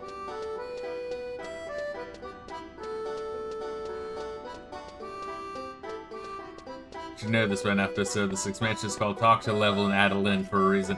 Yeah, like, I was talking about this last time. It's like, I like the world and landscape of this expansion, but between the really long cutscenes and how many, and then how many of them are triggered by walking back and forth in town is a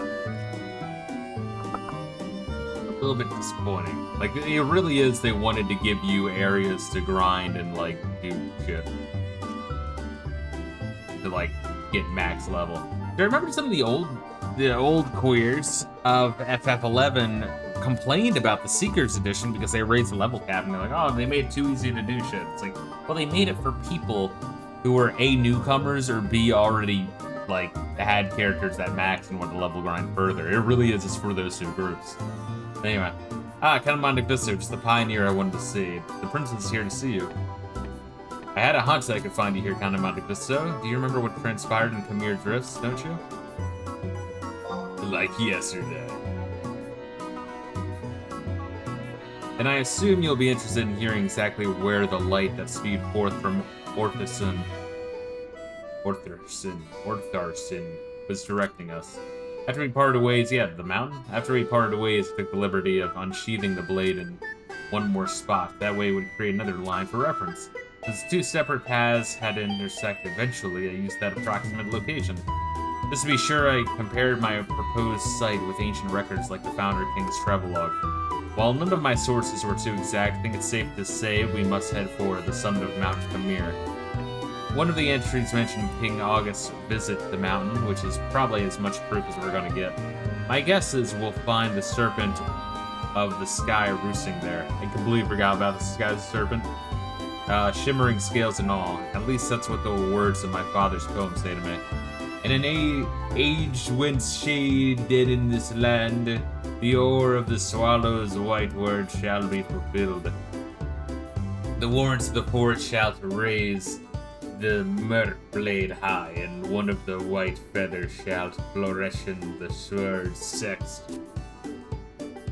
If we were to believe in them, then the dragon that resides there is probably the key to quelling this strange plague afflicting our continent. For these reasons and more, Count of Monte Fisto, would you mind accompanying me to the top of Mount Khmer? Yes, of course. Thank you so much. Come to think of it, I've never actually met a dragon face to face, or snout. Can't help but feel afraid at just the thought of it. At least you'll be by my side, Count of Monte Fisto. As an adventurer, you've probably bested the whole brutes of them. If that's the case, then I have nothing to fear at all. How lucky I am to have met you. Enough twittering like a schoolgirl, though, is no trivial matter. When you properly steeled yourself for the journey, come meet me at Yorisiet. Joriasiet. It won't be two Y sounds in the same sentence, huh? No, I never once thought about stopping Arcila. Why? Because despite her claims being scared, I'm confident that she's as tough as any dragon. Besides, she's ventured deep into the jungle countless times already, no? Don't go spreading this around, but I might have some juicy tidbits for you to chew on. Now how you said you had no idea whether or not Arcila was carried off by some beast? Well, I might have overheard the answer. Word has it that she was indeed dragged away in the blood-stained maw of some otherworldly abomination while resting outside the city gates. Does that get your knees a knocking or what? You can be sure that Arcila has the worst of it, but even the Order of Weatherspoon-led search party traveled a rocky road straight off a cliff of humiliation.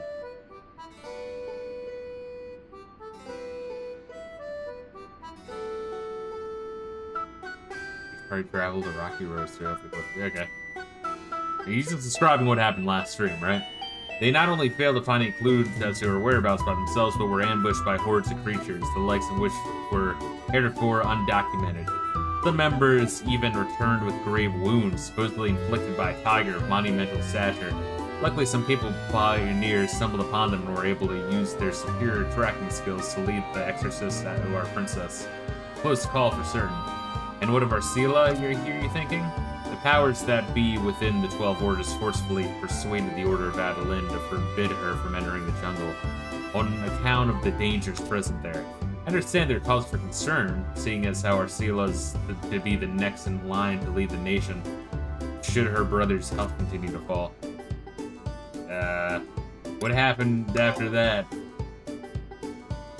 What do you think happened? She's not one to just lie there after falling off her horse. She got back up and registered herself as a pioneer, that's what. I believe her exact words were, "Our sovereign nation is no monarchy, nor is anyone from our order guaranteed a position of leadership. As long as my brother remains the Chancellor, I'm just another citizen of this fine city. Furthermore, as any citizen may apply to become a pioneer, I choose to exercise that right. I assume none of you take issue with the legislation you first enacted, do you?" I just about spit the frontier soda I was drinking all over when I heard about it. I think that Arcila already wants to head back to the jungle despite almost being devoured. Or is it exactly because of that experience that she decided to get the official permission this time? Although I guess the maesters and ministers would rather have her tracing about the forest under the auspices of the Pioneers Coalition than sneaking off in the dead of night. None of this really answered the question of what the monster wanted from her, but maybe this is the perfect case of all's well that ends well. Anyway, the bottom line is that no one can stop Arcila now. It's not like she'll be completely on her own either. Her order will be informed each and every time she passes through Jorius yet. They're bound to employ a bodyguard for her when you're off slicing your way through the jungle. Now, when you escort the princess, you'll not only have her opinion of you on your mind, but the eyes of every member of every Adelinian order on your back. Does that get your blood pumping, or what? In all seriousness, though, I believe in you. The fate of our princess is in your hands, Kanamari Fisto. Oh man, don't say that. Her fate is in your hands, dude. Oh, come on, man, don't say that. Told me to say it the third time. Her fate is in your hands, dude. I've never seen a more determined face than yours right now, Kanamari Fisto. Good to know you're ready. Well then, shall I get going for Mount Pamir? Hello, welcome to Mount Pamir. I am Pamir. Please mount me. Now I'm gonna get poop on my dick.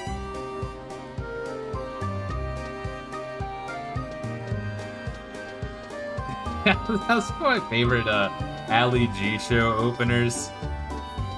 Was like, I is going to go to Mount Vernon, and that don't mean I'm gonna go out meet some bloke named Vernon and take him up the batty. Booyaka.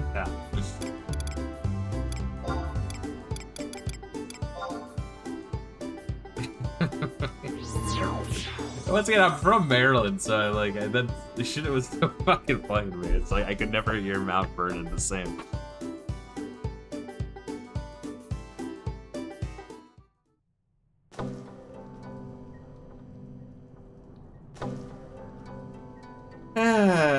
Let's see. Mount Vernon's right, like, outside DC, right? Let me see. I want to make sure. Man, DC is such a shithole. I love that, like, all of the fucking dickheads that ruin DC, and also, you know, all of America as well.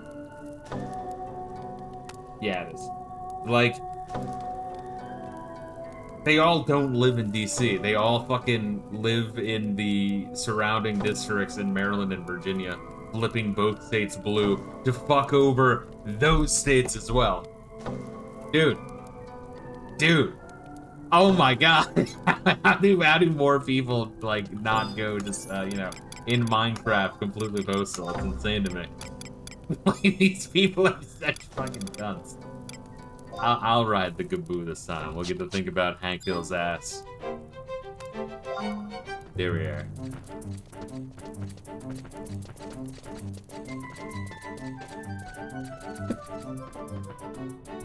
Beautiful.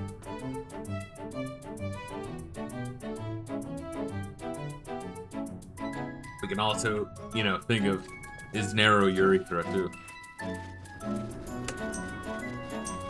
So I'm guessing we're gonna revisit some Final Fantasy VII plot shit.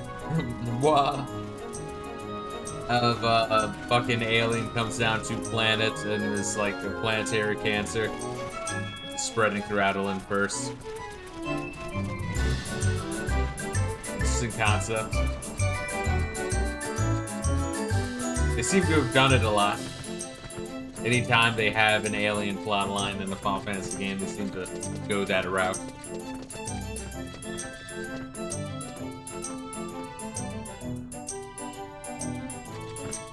What if it's goblins? I guess it could be goblins too.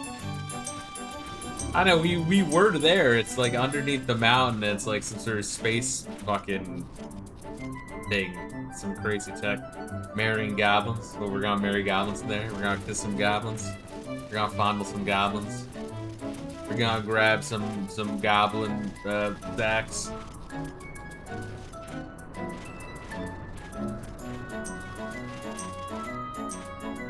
Explore our sexuality with goblins. Sweet Gabusu. Oh, look at these motherfuckers. These crazy ass fucking monkey tigers.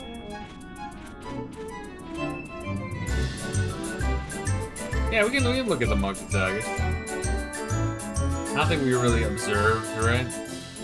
How do I zoom out there?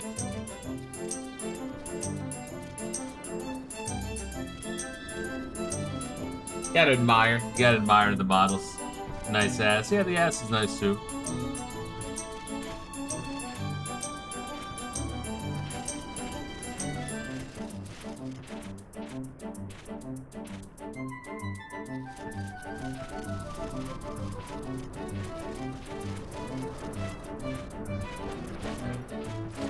Well. Look at Reila. He's unable to fucking... Oh wait, never mind. I was about to make fun of you for leading us into a dead end, but I forgot this is Final Fantasy XI and you have to hit tab all the time.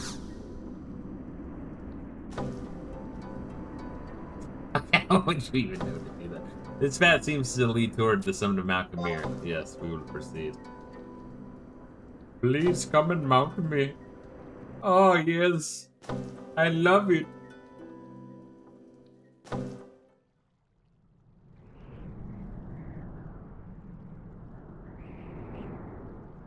To read my asshole the way the Pakistanis treated the town of Kashmir.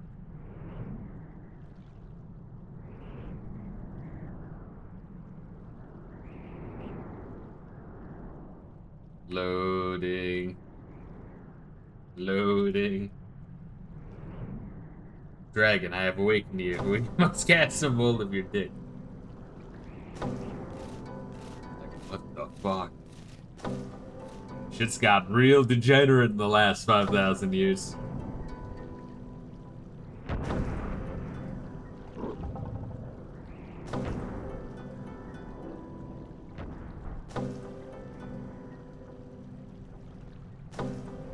Be gone from here. You frail mortals should have thought twice before ascending this peak. I have no patience for those who desecrate the forest. Depart at once. If you do not, then I will have no choice but to swing the radiant hammer of vengeance down upon your meager frames. Wait, Your Eminence, before you judge us, I would like you to take a look at this. That blade. Count Monte Fisto, can you show him proof of your bonds to this forest too? No can do. Yeah. That was good.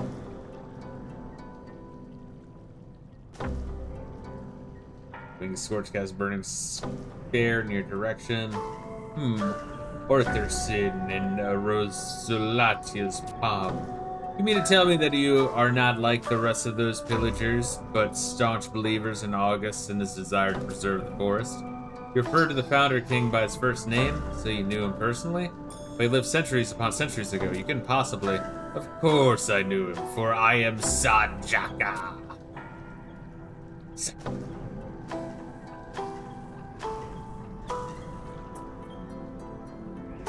Chicago. Gotcha.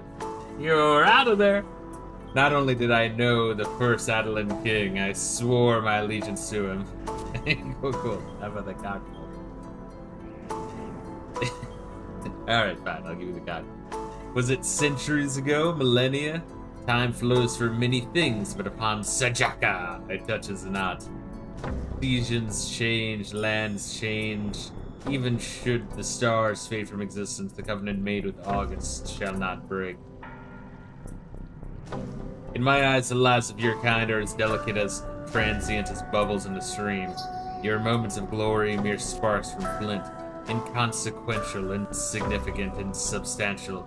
Such is how I came to conceive of your peoples. August has been the only exception. His aura shone brighter than my refulgent scales, and his resolve was strong enough to wrest me from the realm of shadows. That is not the lone justification of why my memory of him will persist until the end of time, but it is an important one. And what of you, spindly-legged foul, whatever? Does the respect for the king you claim to harbor within that minuscule bosom of yours even amount to a drop in the sea compared to what I showed him while he was alive? Well, hopefully you can at least answer this simple question as a preface. You are aware of the 7 guardians subject to Ulbukin hinterland, are you not? Yes, I am. They are Nakwals, right? Is that the ephemeral sobriquet they have been given by your kind? Very well. I shall not waste my breath explaining the rest. However, there was one more guardian who fought alongside August. A worthy tiger whose fur shone a lustrous gold. That must be Tarkawal. I recall reading about him during one of my trips to the library. What was the title of that book, though? His Majesty and the Golden Beast, that's it. Books, an inconvenient form of immortality. I like how everything he says is like, you humans and your books. You humans and your food. Your humans and your shrubberies. An inconvenient form of immortality, but perhaps the best your ephemeral kind can hope for. If you are truly learned, you should have no qualms about a simple test. Pray tell me, where did August meet Targal in combat? Where did they fought? You say, where that would be? Count Monte Fisto. What do we do? Don't want to remember that detail at all. You humans and you want to fill the jar with what? With ponies. That's what we want to fill the jar with. Aha, it's a trick question. The story makes no mention of where they fought. Confidence conceals ignorance only when the other party is as ignorant as well. You misguided fool. In the end, you care as little for August as I care for dissemblers. I wrote a fucking dissembler. The one... I wrote my own interrupt routine. Dajaka the Dragon is voiced by Terry A. Davis. The one who saved me from that place where even the faintest hint of light is swallowed whole. Nestling such as you could never hope to fathom his greatness. I was foolish to believe otherwise. I will not stand for this for a moment longer. I know now why you trespass upon this land, and I no longer care. There's nothing left to discuss, for you have proven beyond a doubt that you are incapable of understanding August's will. Remove yourselves from my presence. Our conversation has left me wary of both speaking with mortals and with life itself. So embarrassed, kind of Monte Fisto. I didn't want to admit it, but maybe he's right after all. It was silly of me to come here knowing so little. If I'm to make amends, there's only one thing left to do. Ken Monte Fisto, let's burrow deep into Adolin's vault of knowledge, leaving no page unturned in our wake. So we embarrass ourselves talking to the bad dragon and now have to walk back to the library. The teleportation pods, they were here in the original game though, right? So you wouldn't have to, in theory, like, correct this entire continent back home, right? There's gonna be a part where Torador says, yes, I was August the entire time. Oh, Torador, yeah. I mean, it's so fucking obvious, but also, like, how the fuck did he become an immortal vampire? I feel like that's kind of a important part. Story. I already have the warp ring equipped. What part now? For your catastrophe. Done and delivered. Ministerial whispers. A day in the life of a pioneer. Lighting the way. Sajaka. Alright, we're on Sajaka. 4, 2, 1. Wow, alright. Man, we are trucking through this motherfucker. We really are. I mean, it's easy to do when the game is mostly fucking, see, maybe Theodore fucked the dragon. It's probably the only why he gets so defensive. It's like, he's so great.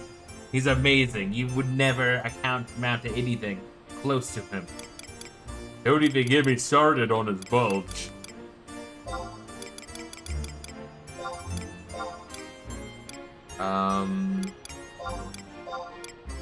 Library, huh?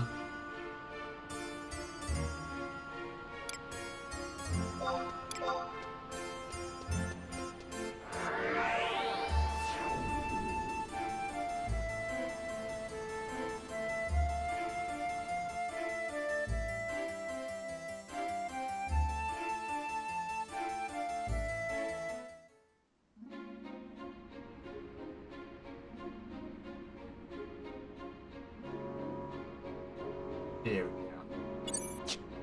Yeah, we've been knocking out like at least like 10% of the fucking expansion per stream, which is crazy.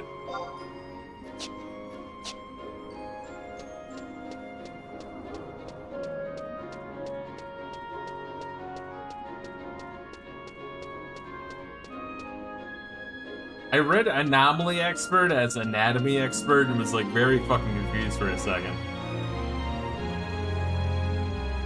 It's like a fucking Mithra that stands outside the library giving you like butthole inspections for free.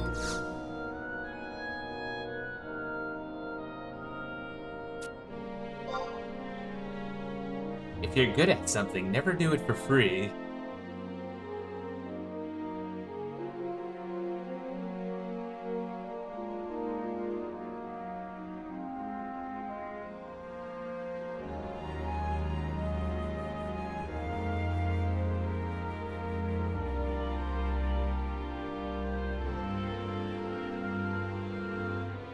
Oh!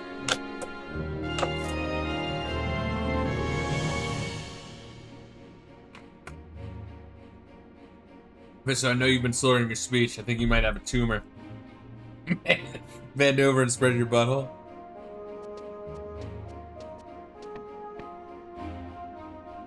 I see it, Count Monte Fisto. What a pleasant surprise.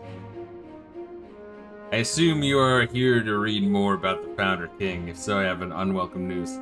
That's why Reila doesn't want me to hear their voice. That's because they're secretly my doctor. They called my stream one day and like, oh, that's him. I keep putting him under and fucking him. I assume you're here to read more about the Founder King. If so, I have unwelcome news. You have already read all of our tomes that discuss what took place circa the establishment of our nation. Time for your prostate exam. I like how, like, we go in here and she's immediately like, no, please leave. You've already spent so long. We don't want you back. You're so cheap, you won't even buy a library card. Is that so? Do you have any idea what to do now, Count Monte Fisto? There are no books left to read. How are we ever going to answer that dragon's question? Pardon my ignorance, Ursula. I forgot about the existence of a certain section. Verily, warily, oh god. Allow me to educate you on an oft-overlooked part of our institution. But first, allow me to introduce myself. My name is Unchacha, and I'm the conservator-wervator of this library. We have a severe dearth of patrons with an interest in the continent's ancient Taru history. So it took me an exceptionally long time to recall that we have closed stacks as well. Closed stacks, precisely. As of now, you've only been reading the books available to the general public. In other words, you've not laid a finger on the pages of any concealed work. What does that even mean? Sorry if I'm getting a bit ahead of myself. Andrine here is much more eloquentaru than me, so I'll let her explain. Of course, ma'am. This is a blatant abuse of your power. Wow, time sure flies when you're having fun. I simply must get back to my research so I can get ready for my next symposium. Good luck, Adrian.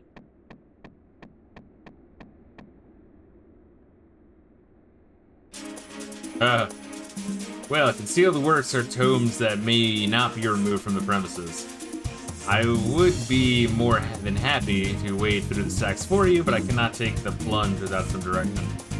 Are there really that many books back there? Indeed there are, though Adelaide was founded long ago. It was not long enough ago to predate the written word. The books are practically cascading from the shelves, so luminous are they. Pioneers are also contribute to the archives every day by returning from the jungle with field reports. It would not do for some of the information contained within to be seen by some citizens. Therefore, many of the reports are relegated to the stacks for safekeeping. In summation, it is impossible to provide you with every tome from this ever-growing mass of vellum. I will need a subject via which to select a few relevant texts. Well, Count Monte Fisto, what topic do you suggest we ever look for?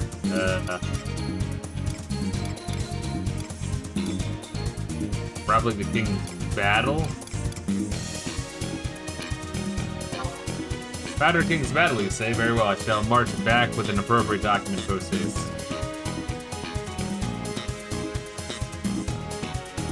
I trust this is the sort of tome for which you were searching.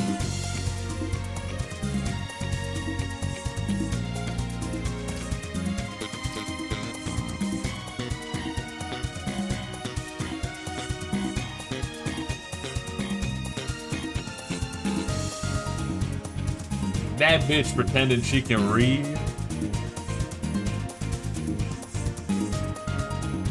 You have another theory after you read this tome? Oh my God, Monte Fisto, look here. The most fearsome adversaries, the king and his retinue, faced during the Great Expedition were the Cimmerian adherents. With the aid of the Aurelian tiger, King August and his forces plunged deeper and deeper into the wildlands. However, with the fall of night came heated battle with the Cimmerian adherents, an event that was repeated seemingly ad infinitum. So I guess those are the same people that the exorcists are trying to jihad and thought were all dead, some shit. But then the king was bitten by the vampire, I don't know, some shit like that.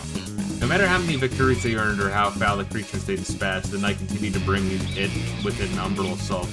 The abominations knew neither fatigue nor fear and plagued the retinue to its breaking point. The fiend's reign of terror did not stop the king's party, though. The creatures were said to loathe all things that drew breath or energy from the sun. They poisoned the land, blighted the trees, and massacred every animal they laid eyes upon. As days passed, the king learned that these dark minions had also beleaguered the gold kelp in his forest for countless nights. This epiphany redoubled their determination. No longer were they both fighting for themselves, but for their companions as well. Then, one even fall, a bloodbath rained down upon the Urbukan jungle, painting its lush vegetation a mournful shade of red. The event began with an enemy ambuscade. Ring upon ring of nocturnal horrors encircled the king and his followers.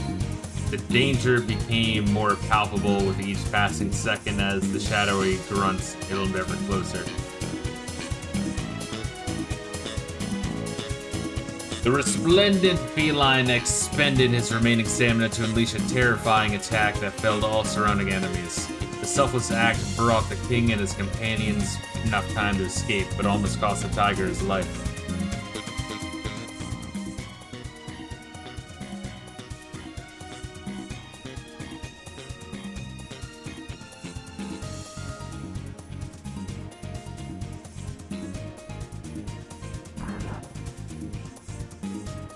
All I did was go, That doesn't necessarily mean someone's dead. How tragic. The tiger died to protect August Adeline. Incited by the display of the Wildcat's bravery, his son, the king, and the monarch's 11 stalwart crusaders pressed on in the face of the nightmare's barrage. The conflict lasted for so long that all involved lost count of the days spent cleaving chunks of flesh from their assailants. At last, however, the forces of the night were pushed back to the sorcerer's ruins from which they first emerged. I think August made a pact to save the tiger and became Count Dracula. Dracula. Guess what the D stands for? The grave. It stands for Dracula.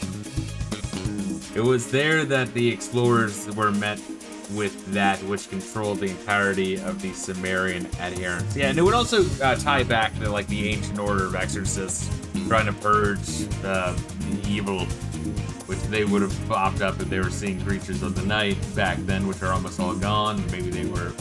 And then what about the crazy ass alien pyramid? Is that where the vampiric spawn first occurred? Once again, it kind of reminds me of Morrowind, right? With the fucking red mountain spewing the fucking vampire dust or whatever.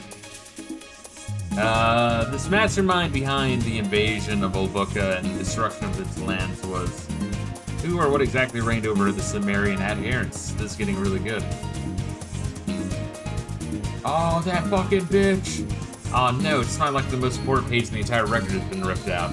Oh wait, haven't there been sightings of beings similar to what this text calls dark minions and Sumerian adherents? That's the case, and why are these creatures appearing again out of nowhere?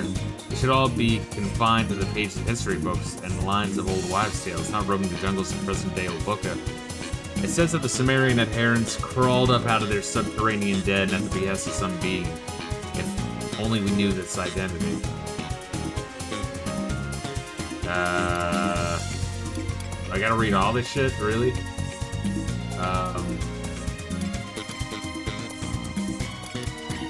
Founder King's favorite sweets. Did you say sweets? Mere mention of the word has my tongue dancing in anticipation of the delicate waltz of saccharine flavors, and now's not the time for such frivolities. Let's focus on the task at hand. Yo, if you eat pineapple every day, this bitch would probably fucking love you, bro. Open your mouth for some sweets, baby. Alright, King's Retinue. Founder King's Retinue, is it? But wait a moment while I return with an applicable volume. I trust this is the sort of tome which you're searching.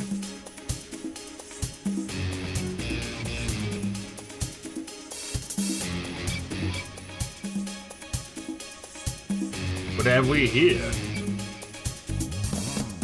The founder king, August Adeline, was a charismatic person, and she incited a number of valiant individuals to join his cause.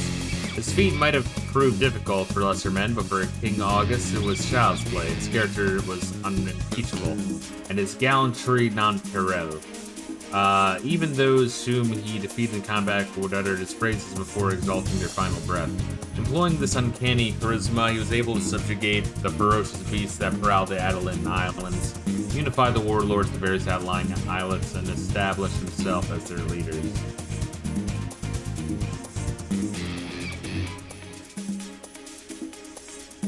The former warlords numbered 11 strong, and they formed what would eventually be known as 11 of the 12 orders, excepting only the king's house.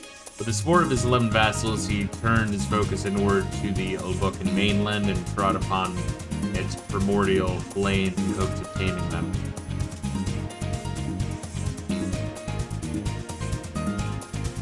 Pressing over further into the maze of vegetation, they stumbled upon a swath of woodland, now known as Yorcia Weld, when they encountered a tiger that loomed larger than the most expensive mollusks of the day, and whose pelt was a radiant gold that would catch the sun's rays just right to melt the eyes of any who dared gaze upon it for more than a few moments.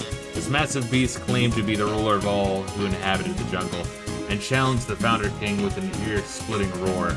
"My name is Tergaun, and you may proceed once I lay lifeless upon the forest floor." With that guttural proclamation, the creatures surrounding the king withdrew, leaving what they assumed would be the best pickings to their pack leader. As a rejoinder, August vowed to skin the feline alive be laid a claw on any one of the king's followers. The two began staring each other down in silence that finally broke a half a day hence. A battle raged on for 7 suns, with it ending by moonlight and on the 7th night.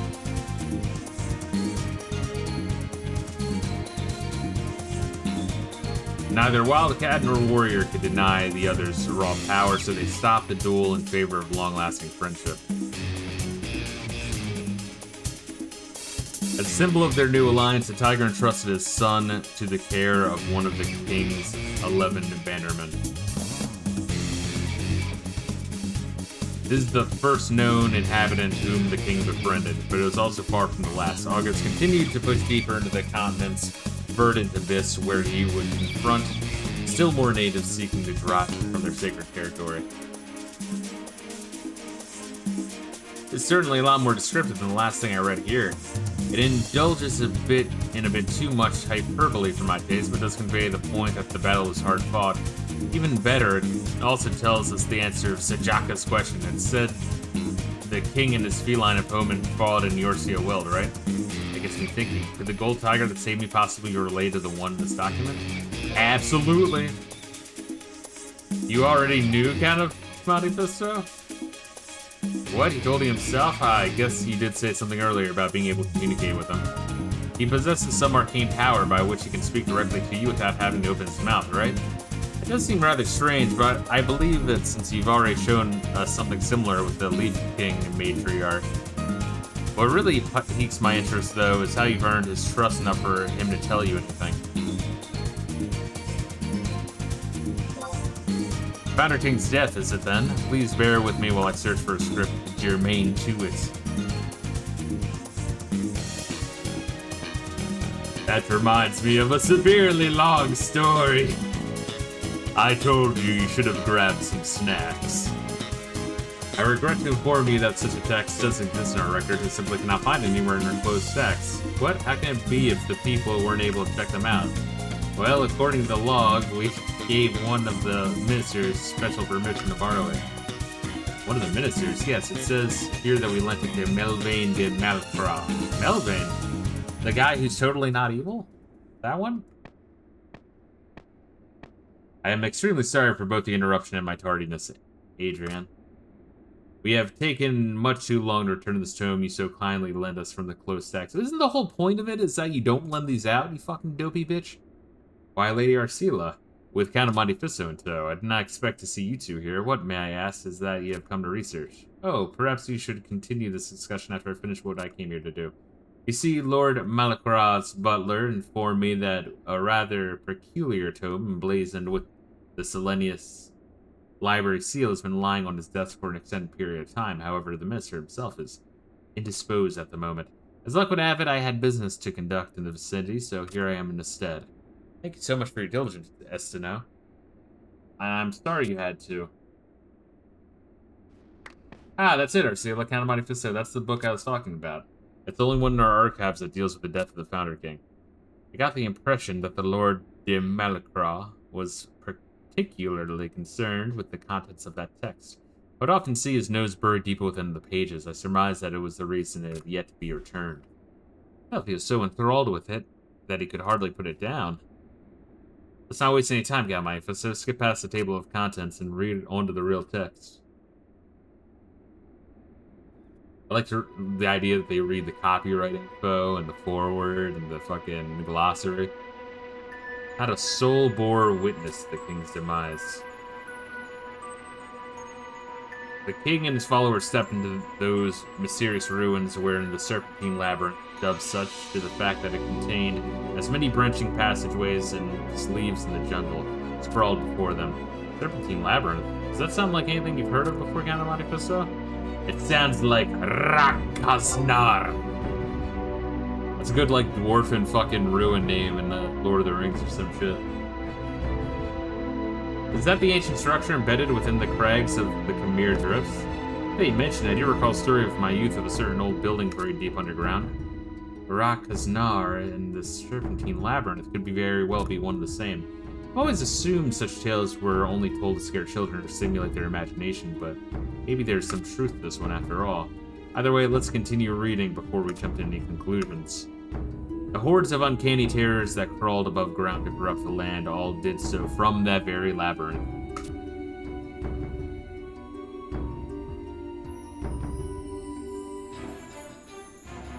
By this time, the king's ranks had thinned by the droves of aberrations that had already fallen to the hero's blades. However, it did not at the least shorten his strides to this den of iniquity.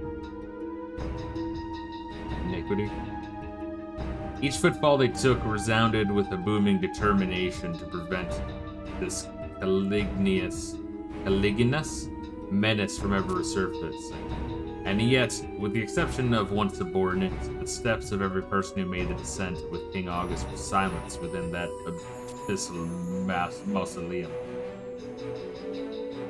Tell me, each expansion they get more fancy with that fucking thesaurus, I swear. The lone person to survive was Morimar, the king's general and tamer of beasts. He emerged from the chaos with the golden tigers next of kin and no one else. With the founder king gone nowhere to be seen and most of Morimar's account lost to the slow tick of time, all we can do is conjecture about the king's fate.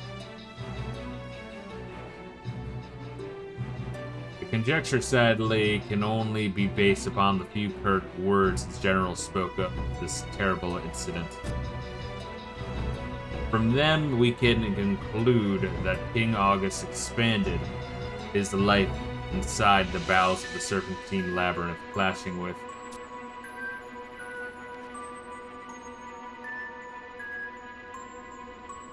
that fucking elven fucking piece of shit.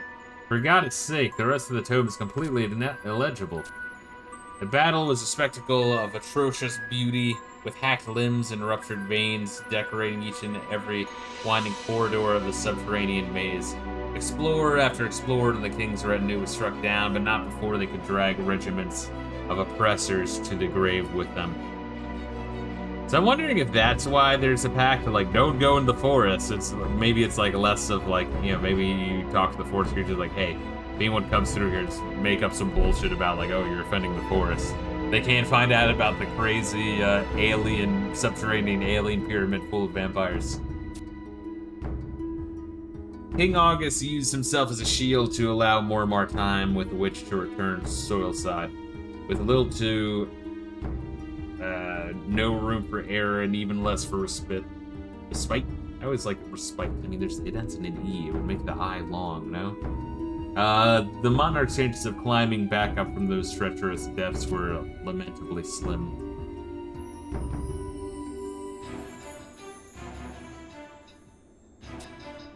Morimar hurried back, Morimar hurried back to Castle, the king's cherished blade swinging from his side and a message from the sovereign on his lips. No more shall we colonize the hinterland. With that, he passed the sword on to the Callow prince and princess and promptly departed. Ortherson.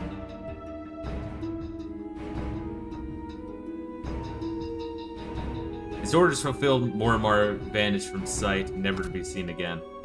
Ever since, even after his disappearance, tales of his and his feline companions' efforts to preserve the forest waft above the heads of citizens throughout Adolin's bifurcated districts to this day. So King August never did make it back above ground, and his grave in Rala waterways is nothing but a memorial. His grave in the waterways? Just a memorial? There's a sepulcher that was erected in the Rala waterways for the Founder King. Let's assume that his body was entombed there, but that doesn't seem to be the case. It's the first thing I've heard of this. The first I've heard of this as well. Perhaps Chancellor Ingus could provide some insight to this wandering. Maybe. Although I suppose your father also disappeared under peculiar circumstances. He may not have told Ingus anything. Oh, how thoughtless of me. I should not have touched upon such an obviously sensitive issue. Of course, since he brought it up.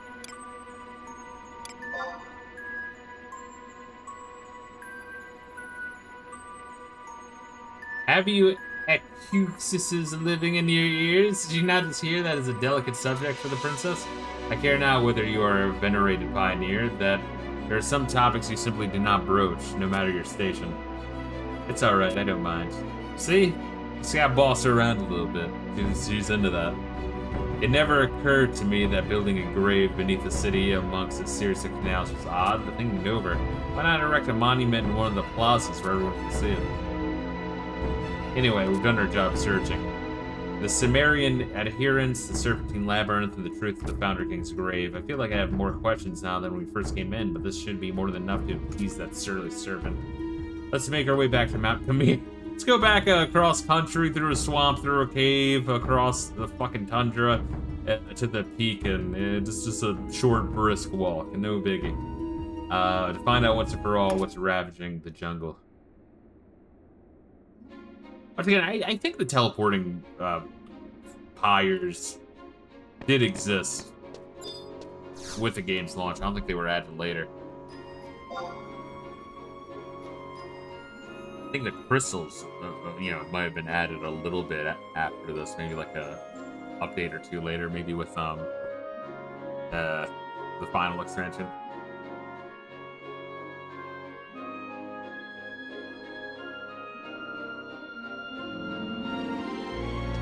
What is this symbol? Look, there's like a fucking red symbol over me, briefly. Weird. By my name. Where the fuck is the crystal? Can I remember where the crystal is? There it is, alright. Didn't load in yet. I'm number 1.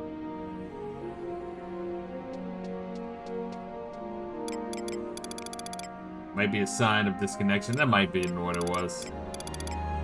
Although, yeah, I feel like the stream is, knock on wood, has been going pretty well so far.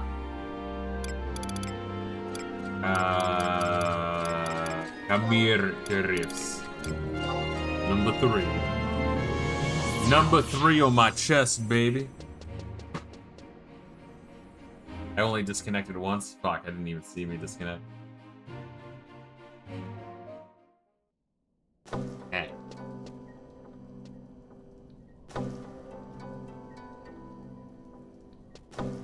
Waiting for Reila to load in. I'm waiting for you to load in. There's nothing wrong on my side. Fuck you. There we go. Alright, so now you got that one. Let me see.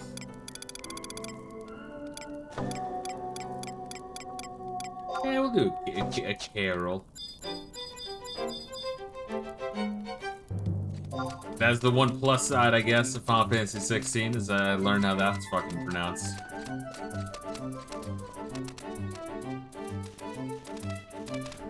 I think it's Carol, something around those. Carol, Coral, something around there. Something in that ballpark.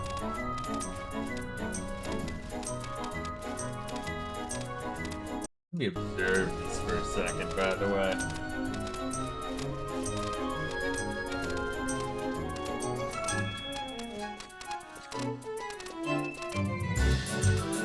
Yeah, Bomb Fantasy 2 wasn't such cock and ball torture. I would put that over fucking 16. I really would. Oh god. My follow was canceled, Reila. You turned way too sharp at the corner. It's your fault.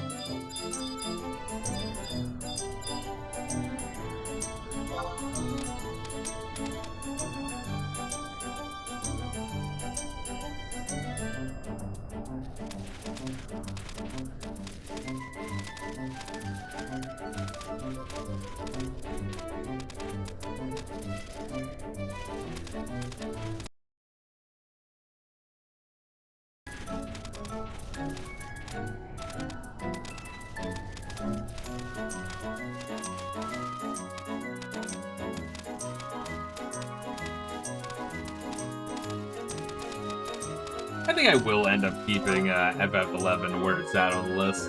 You know, if anything, I might drop it one below 8, but I think, like, with the stipulation that you play with people, it's probably right there, and, you know, I'll mention that in the video.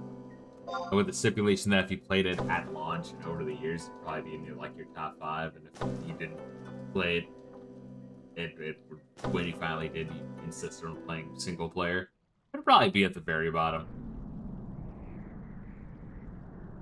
But I mean, at that point, you're like, you're fucking doing that to yourself. But some people online do that. They're like, yeah, I finally played 11. I refuse to play with anyone. Even when friends offered to play with me. Why the fuck would you do that to yourself, bro? That's a miserable experience.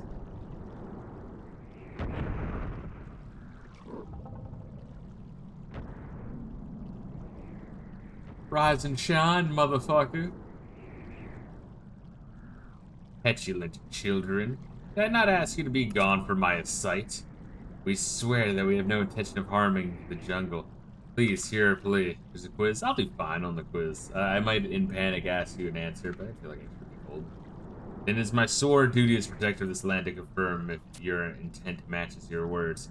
It matters little which of you engaged in the test I'm about to put forth, but anger me further, and your life is forfeit. Make light of this trial, and I shall grind your skulls between my teeth and suck the marrow from your bones. Sounds kind of hot. We shall not. Well, how unexpected. The girl is putting on airs. Yet pride always comes before the fall. Let us hope that the fire in your eyes does not become quenched by the avalanche of failure. An avalanche shall be. Should you make even one misstep, let the first trial begin. The king of legends was savaged by a tiger, whose mane looked to be woven from gold threads. Where was the site of their struggle? That was Yorcia Weld. The truth is never a low-hanging fruit, free for all to pluck. It comes only to those willing to snatch it from the heavens. Though I did not bear witness to this truth, Karkaulen in August incessantly regaled me with every last detail, and I could recite the story by heart. Beyond doubt, the two struggled valiantly, and with August staring straight into the abyss and dragging forth victory from escaping Maw, Karkaulen thus chose to serve the fabled one, leaving to love him much as I did. Now for the second test. Karkaulen's cub was entrusted to one of August's most trusted generals. I assume you came across this fact in your studies? Who was this man? Morimar. Jim Morrison? Yes, that is correct. A truly powerful individual indeed. Though a star did not shine as brightly as his lord's, August's 11 generals were the only men and women to ever move my heart. That remains true to this day. Let's move to the final question. When all seemed lost and the king made his last stand, where was it that he fought tooth and claw? The Serpentine Labyrinth? That is correct, young one. You have prepared well for this encounter. I recognize you as heritors to August's will, and will grant you one brief audience. Whew. And Almighty Fisto, I'm always glad to have you by my side. I don't know what I would have done. Bitch, you read the book too. In fact, not even two. You were the one who was reading it. There are limits to which man has recorded in his anal gland. But as I said before, truth is a fruit found only by intellectually ravenous. Then you know details hidden from our eyes and ears, beyond doubt. Sajaka, you mentioned that it was August, the founder king, who released you. Your memory is as sharp as a fresh blade, young one. And what about you, daughter of man? Do you recall this tale? Yes, it does. I had taken you both for fools, but now I see that you are worthy. Yes, that tale is yet another in this series of truths. I am not of a book in origin. The time is not right for me to explain the story of its entirety, but suffice to say, I was long chained down in a terrible domain, and it was the king who released me from my prison. Never again will I return here, nor will they.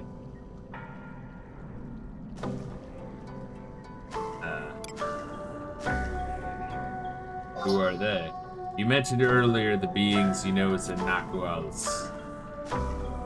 Perhaps it is as he said, I should not look down on the daughters of man, as who said, Sajaka. As pioneers whose charge is to open up the jungle, clashes with the Nakwals are inevitable. He knew it from the beginning. Pioneering. Unsurprising, given that they are the guardians of Ulubuka. We are quite alike, the Nakwals and I. We are all residents of a land we cannot call our own. Rescued from fate by the one you call the Founder King. They obeyed his will much like I did when he ordered them to guard 6 locations around Ulubuka. They were bound to obey. That is how they came to protect this land. The ancient pact declared that they were to remain distanced from the affairs of mortals and shelter the jungle from harm.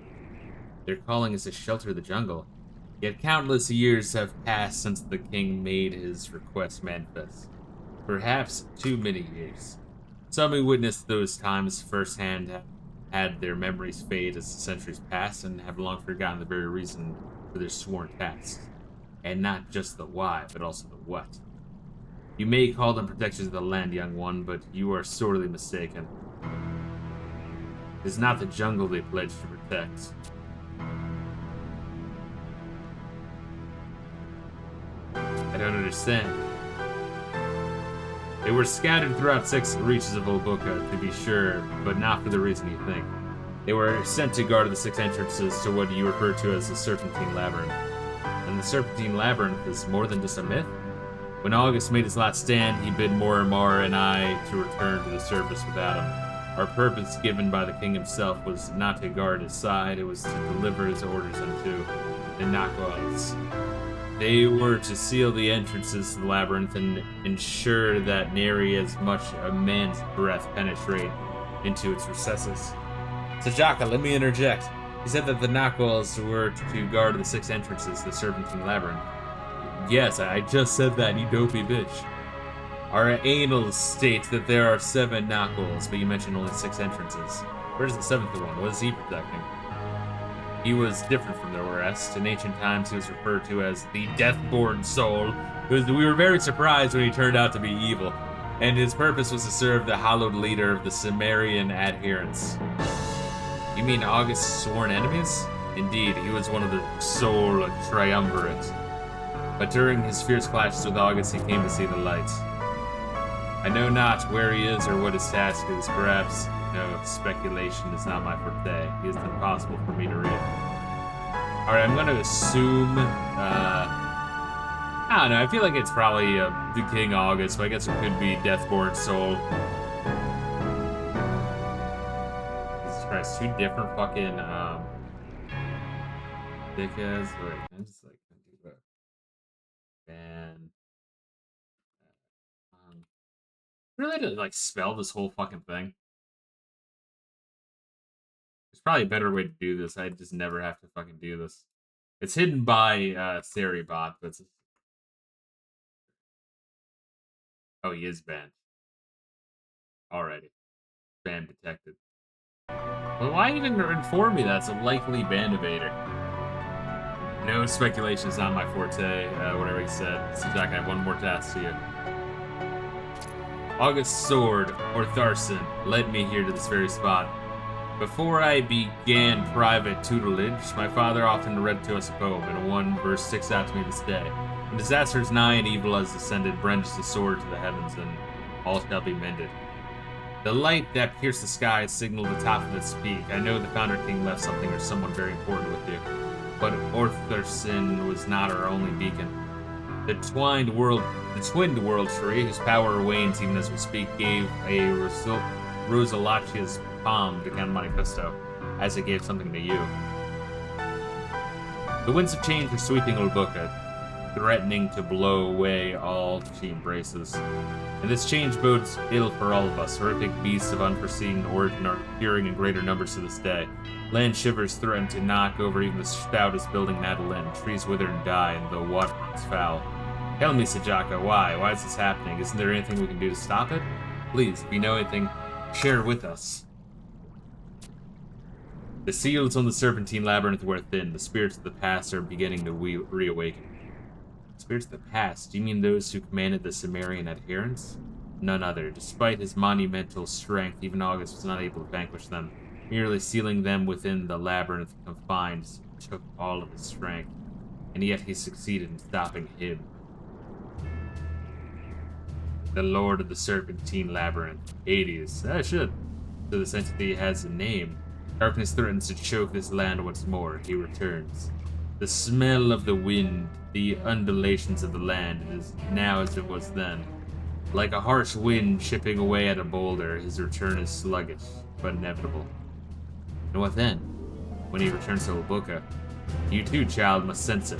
Forces antithetical to all life strengthen the deep passing day. As they wax, the power of the world tree wanes.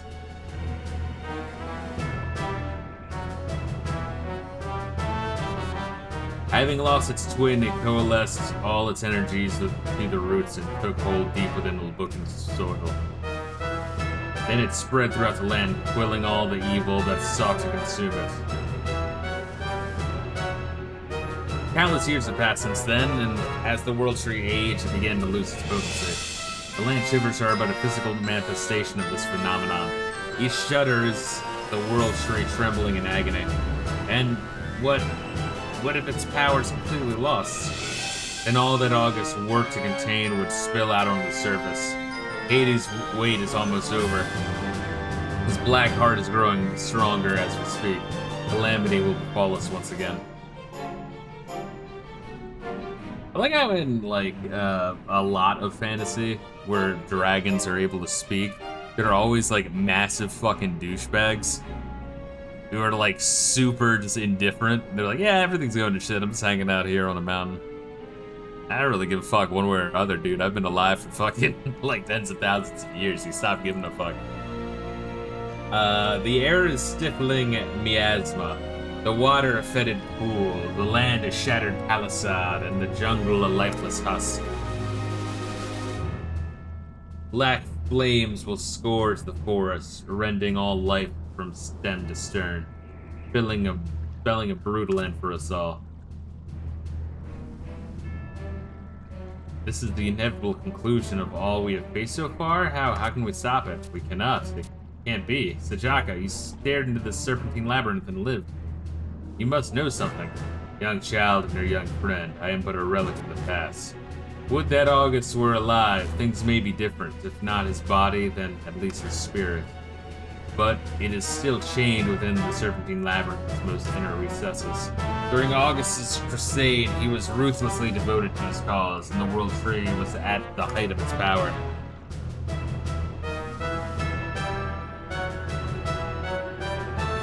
And I had just been freed, my blood boiling for revenge.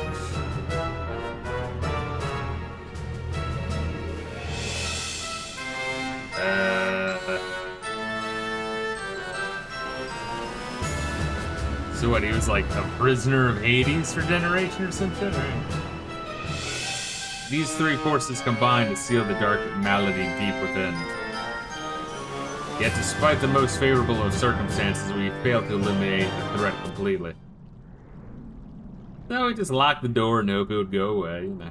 This time we have no light of hope to guide us. Though I remain in this realm, I still bear the wounds I suffered during that struggle. As I alluded to before, even if I were healthy, the Founder King's spirit is trapped and the world tree has begun to crumble.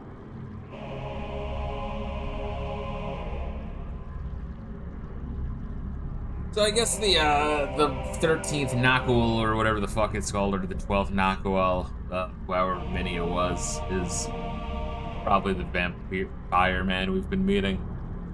And probably, like, the boss before Hades is gonna be the fucking, like, tortured soul of the king. In, like, wraith form or some shit. That's my new prediction. And despite all this, mankind insists on working its utmost to destroy the wilds. Really, you're petty that we're chopping down trees as, like, a vampiric army is, like, leaving out of the fucking space pyramid underground, held by the Lord of the Damned? Alright. And here I sit bearing the same injury, and even you and your lot I would forgive, but my heart still pulses with the rage at the mere thought of the evil sealed away. Unleash your feral stream, pet and cover him. Here, let me pet you. How can you possibly understand my pain? Who's a good dragon? Wanna start a website with me, Reila, called Good Dragon? I don't know what we would sell. What's the opposite of a fucked up dildo? How many times must we knock them down before they cease to rise up once more? Pet and comfort him again. Unleash a feral scream. And my Fisto, what has gotten into you? Stop at this instant. Sell not like just very normal dildos. It's the most vanilla dildos possible. It's genius. Give my son now first. Whatever the cause of the case, our 3 lights. Maybe Good Dragon is a plushy story. Yeah, we can do that. Whatever the case, our 3 lights of hope have been extinguished. But surely there must be something. Maybe there's some way to save the world tree. The world is made up of one simple truth. If something can grow old, it can die. But perhaps there's a way to reverse the process. What can we do? First, a brief lesson. The world tree's origins lie not in Ulbuka. To hear August tell it, he had retrieved a young branch of the world tree from far-off land and planted it here in this continent. It sprang forth from the soil and began to bud before... Oh, it's instant daytime. And began to bud before one turn of the moon. This motherfucker's been talking all goddamn night. Think about that. Before one turn of the moon, its limbs stretching so high that they must have touched Altana herself. If one were to do the same thing at this time, the roots are already here to work with. So if we find a similar branch, then the world tree would burst into existence much as it did then, only faster. The question remains, where did he possibly find such an object? A light slant. The world tree grew in a sanctified place with light and surrounded by serene waters. In a place that was once called Razoa. Is that like Rahoa? Racial Holy War? There was once a light's land on the frozen continent, nevertheless its presence is but a memory etched onto a tattered canvas.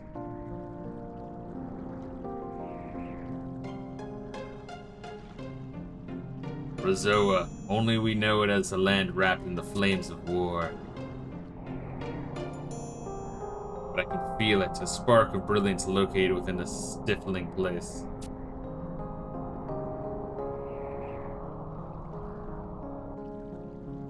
When the world tree sensed changes occurring here, it gifted a piece of itself, creating a new light's land here. I can feel its soft vibrations in the land calling me there.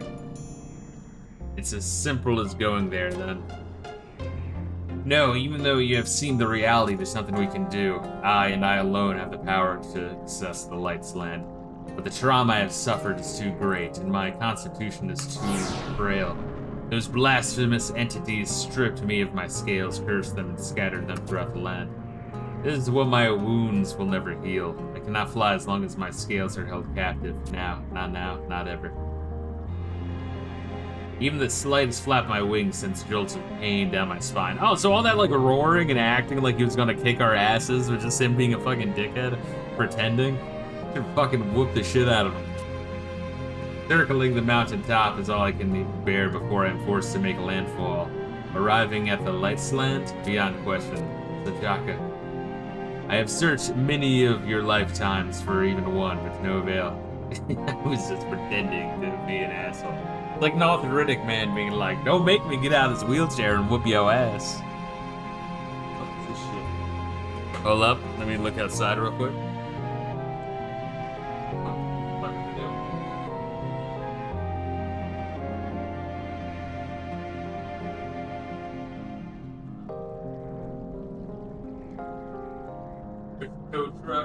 Tow truck outside.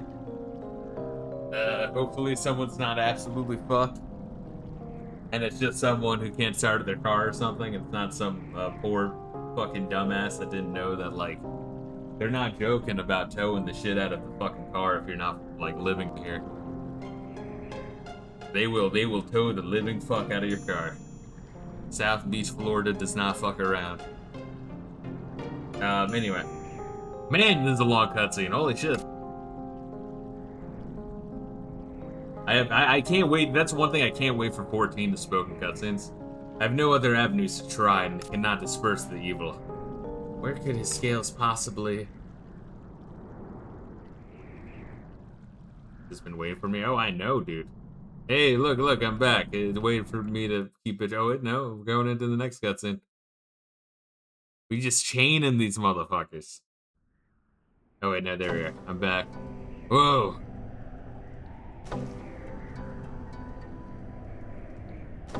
That last bite just reminded me of another severely long story about how the elves unionized. Alright, there you are, Reila. You took forever to load it. You need to get better internet. Hey, Reila, no!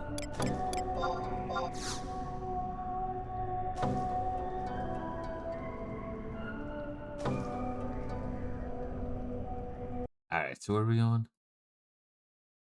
Studying up. This is the next instance, and...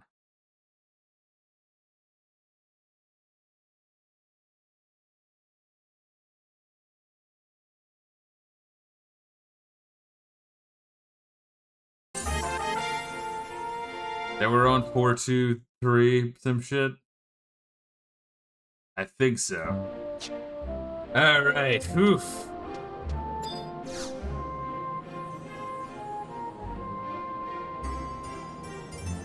Oh, wait a minute, before I even do anything, hold up. That's not a 20 minutes for that one. What about the other one?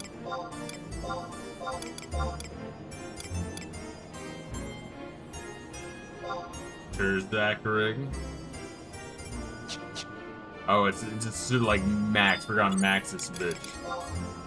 Hey, it just became available. Look at this shit. Get fucked.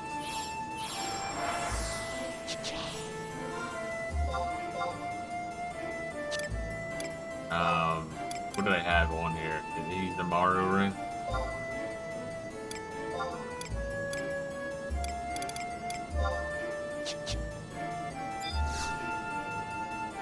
There we're going. We're going back to Khmer? The fuck?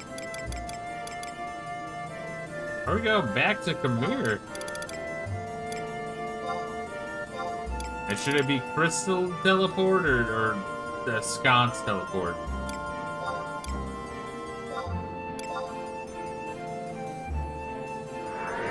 Sconce got it. Yeah. I'm not really sure what they're called, if it is the Scots. I think it's Scots and bolts into a wall, if you want to get technical. I have no fucking clue what they are. Or how to describe them.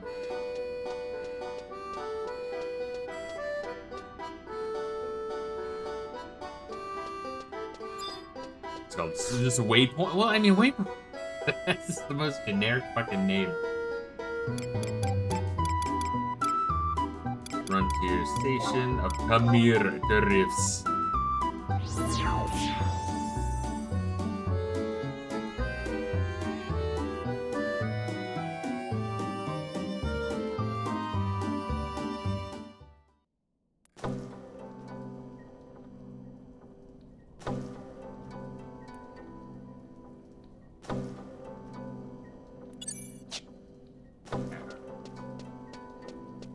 Reila. Reila. Reila. There you go. Can't. I'll write a tiny thing too.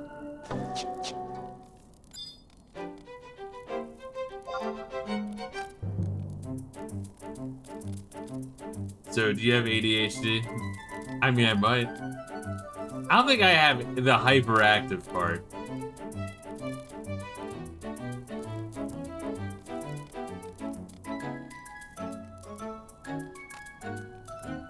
But I probably have just ADHD, ADD, or just regular. You need jiggle keys for you? Yes. It would be nice.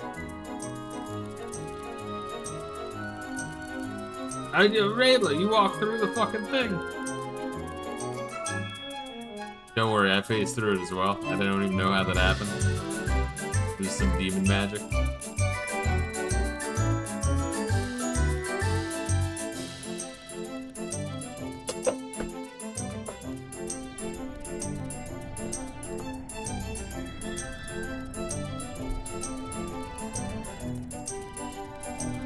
Oh, yeah. That's some damn fine water.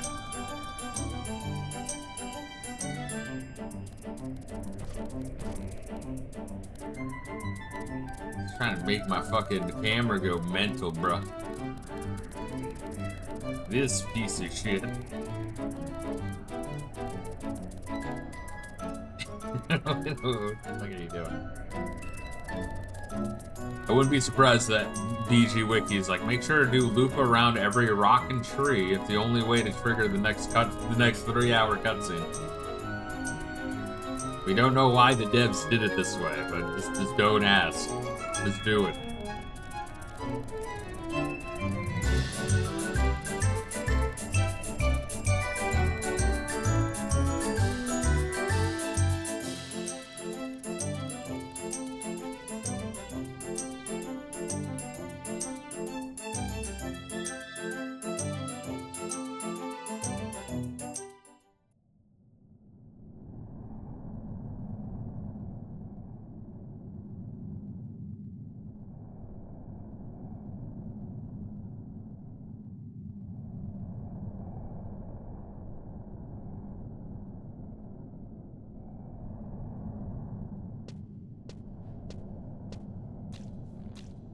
Monte Fisto, somehow it doesn't surprise me to find you here.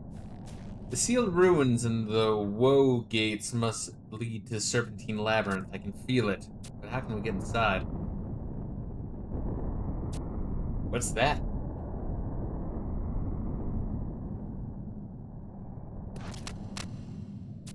I remember you. It's been a while, Captain Monte Fisto. Come, if we do not make haste, the gate will open. He's calling to us, Count Monte Fisto. We gotta hurry. Quickly, before we can lose him.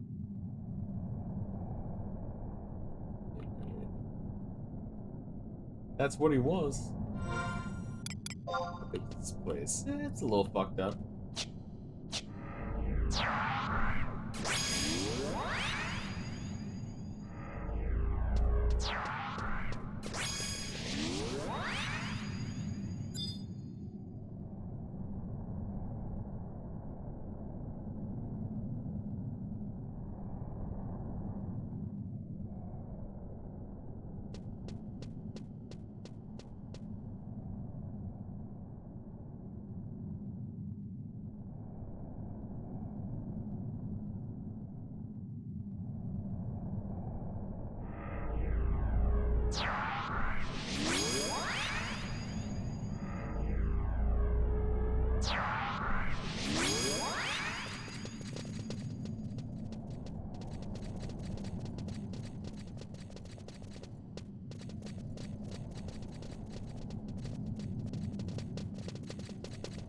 I guess we'll keep our distance from these bricks, because everything should probably be aggro on us. Though it doesn't quite make the most sense when we're this fucking strong.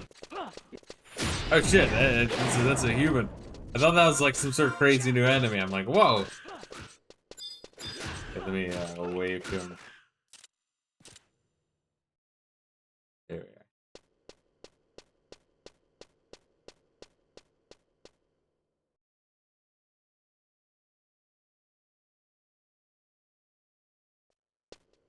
Alright, dropping down. I'll trust you.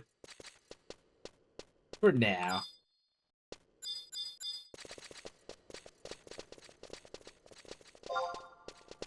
D. That's what I want.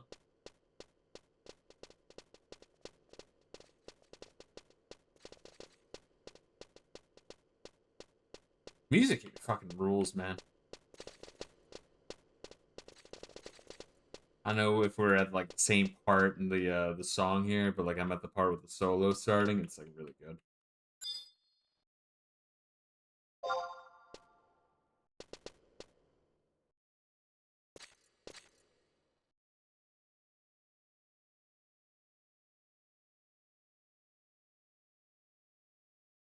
Really? All I hear is silence. It really is amazing. I don't understand, like why not just like reuse a track? Because if like half the areas in the game don't have like music, and you could just have like the neighboring area be used a second time for each of the silent dungeons.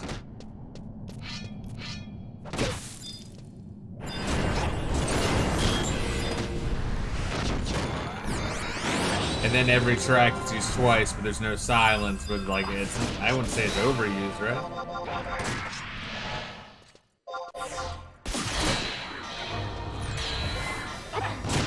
Very bizarre.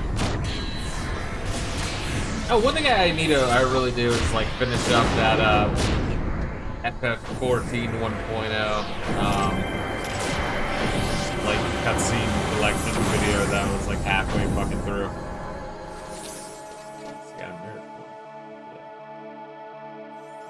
Before we start, so I can get some idea of the lore. I started watching that before the move, but then the move happened, and then everything went crazy.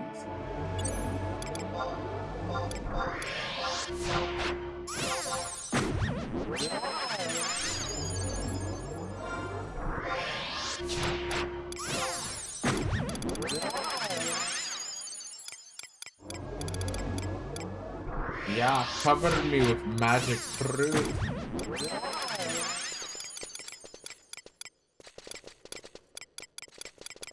Also, I have a trust primer. I was trying to look it up. I don't think I can use it until I do some sort of fucking quest to level up my trust. I think that's the whole idea. To get like points to level up the stats of certain of your trusts, which is kind of crazy in and of itself. They level up with you anyway.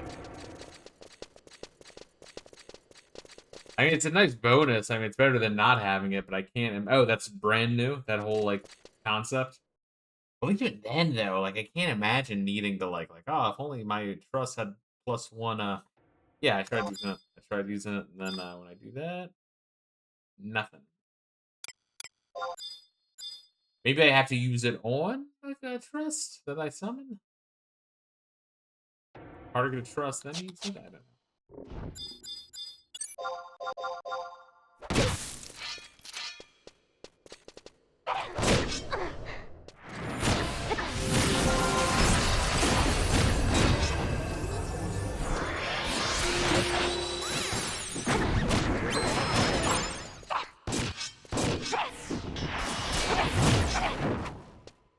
No, probably unlocked by playing the game. But yeah, that's probably it, honestly. Is I think it was talking to someone doing some little mini quest, and you get the ability to use it. Hey, that's kind of the takeaway I was getting. I don't really care about it enough to do it.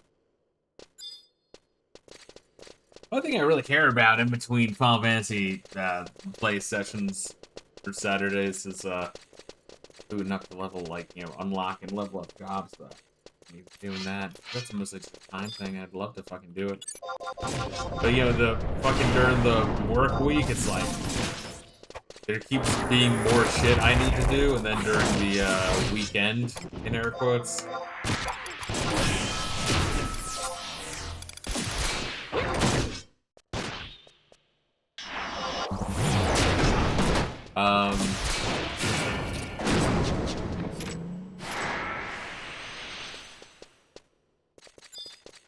what I have, like the Final Fantasy 3 stream and the Final Fantasy Tactics stream both end up being like 4 hours apiece. I don't intend to. They're just like shit fucking doing them. Like finally, all right, I have like one one time to play this game for the whole fucking week. Let me like really put some time into it.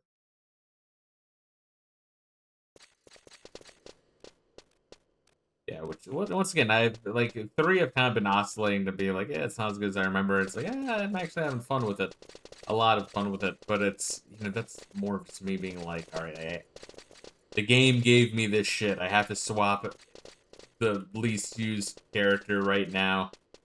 That's been the longest since I got equipment or abilities to that job.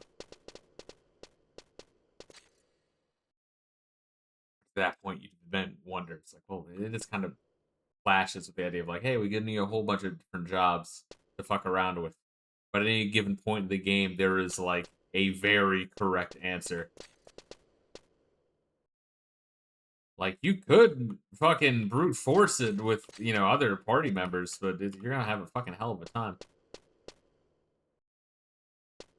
Except for maybe Garuda. Garuda, it's like good luck brute forcing that fight. Mine, you could just spam magic attacks and hope that one of them's the weakness.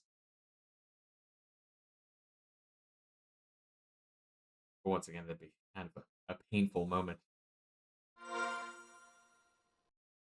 But I think in like Final Fantasy 3, if I look like a general flow chart of like, what you do, or I want to say I'm like a good like third or even halfway through the game at this point.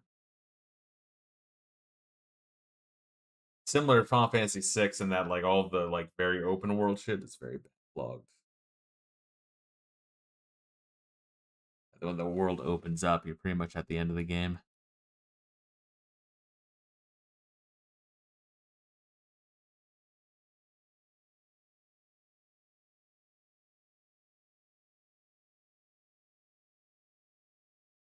Yeah, I think so. I'm like at the halfway point of the game. That's crazy.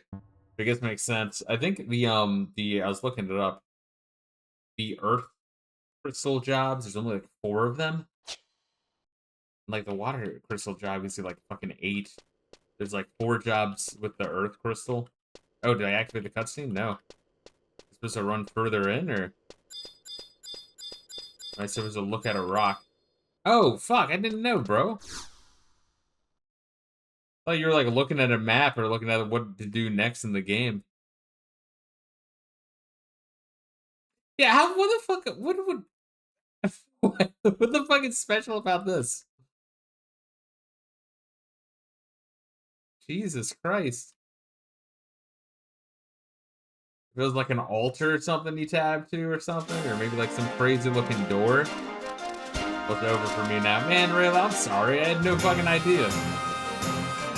I thought you were like looking at some shit. Quite a confused melee we've stumbled into. Umbral's fighting with Leaf Kid? What the bad deal is going on?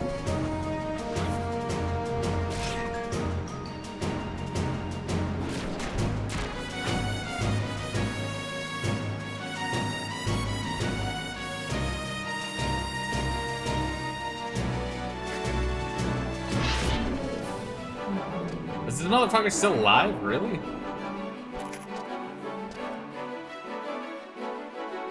Darkul, what took you so long? Like you would ever lose before I got here.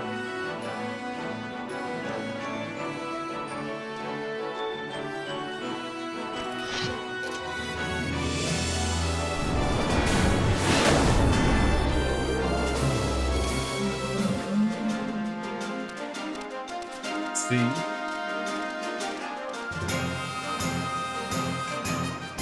Where's the respect you're supposed to show your master? Never forget who's the older one here.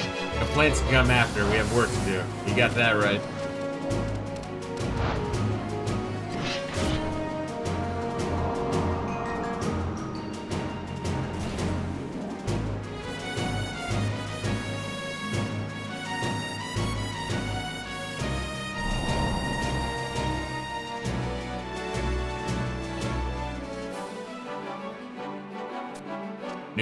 Numberless horde indeed. I hack and hack and they keep coming. You there, the rug rat, we gotta get out of here. Follow me.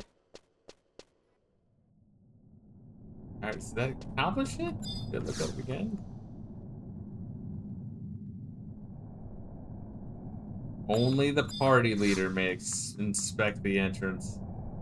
Yeah, what's the fucking special about this shit? Yeah, I thought we were looking for a door, which I guess we found it in this one crevice.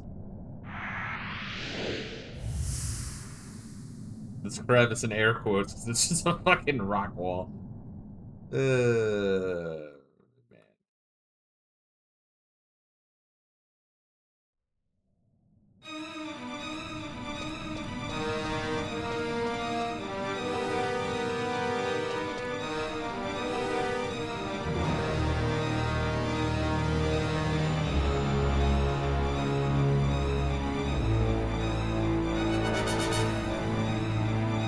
Wait for me to load in, motherfucker.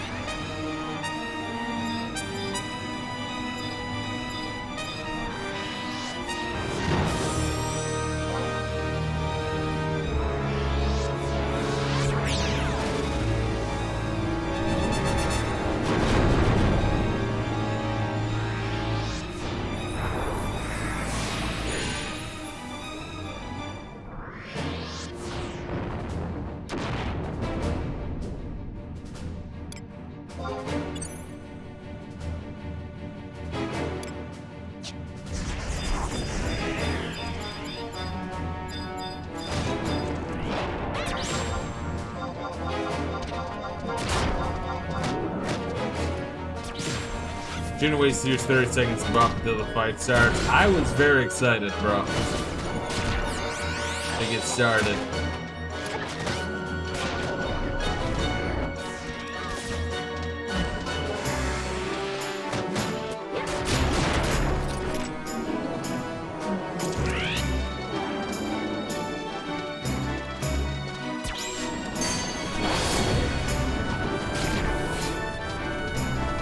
Man, that stop smells a fucking bitch. It really is.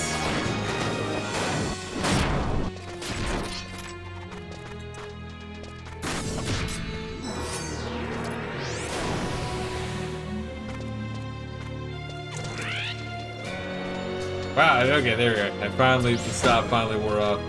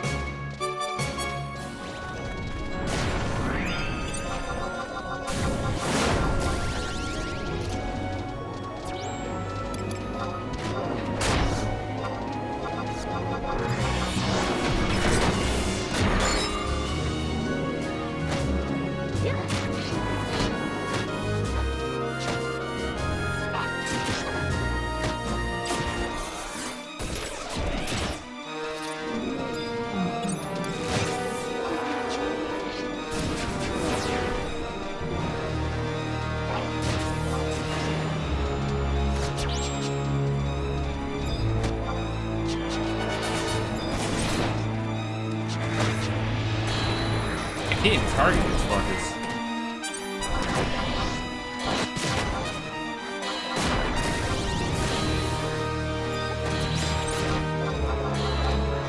Got that sick as shit delay, bro. Oh, what's good, Social Justice Waluigi? How you doing? I like the necky emote. And I guess the revolver ocelot. They should really make a crossover game between the two. Join the universes.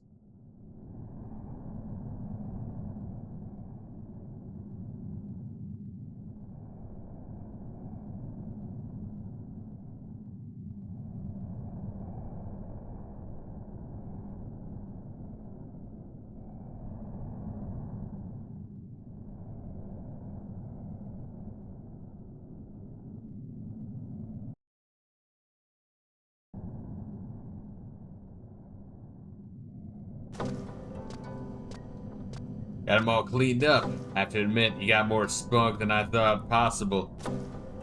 Yo, Dark Ghoul, those eyes of yours sharper than I gave them credit for. When have I ever lied to you? Well, I'll be, Arcela. You've grown, that's for sure. Grown? You must be counting on Fisto. And you might be... Me? Just old Morimar. Always have been, always will be. Morimar? But that's the name of the Founder King's general. General? That I haven't heard in a while. It's been ages since someone's called me that. I'd have thought to never hear it again, but yes, I'm that Morimar. Glad to see that Ortharsin's been kept safe for all these years. He's Obi-Wan. They must have, like, drank some sort of, like, whatever the fucking elixir of immortality that, like, Master Roshi drank or some shit. You know about the sword? But, I mean, just look at you. How Florida been? Make some moves on them Latinas. Bro, I've, like, barely had time to do shit, man. I've really been, like, busy as shit. My weekends have been spoken for. Still fucking unpacking shit. Trips to the DMV. Yeah, always looking forward to that next weekend. That next paycheck, too. That's a fucking big one as well. But now I gotta make some moves, I really do. It's been much more than a few moons since I've seen it. And I'm getting on in years, but you didn't come here just to listen to me ramble. You're in search of the scales, right? How could you possibly... Takes a wolf to know the heart of a beast. Not that I think you're a beast. You're more like a cub. Yeah, that's rich coming from you. Sometimes I wonder why I don't just throw you into the Zoldef River. Been after this for a long time, and I never had a smart aleck as a companion to this lump of fur. Fate binds us together, Morimar. You know that. And surely we have better things to do than sit here casting aspersions at one another. Get that right. Back to the matter at hand. I got an idea where you can find the scales you're looking for. Of course, nothing sure in the muddified waters of Oboka, but even the smallest possibility is better than nothing.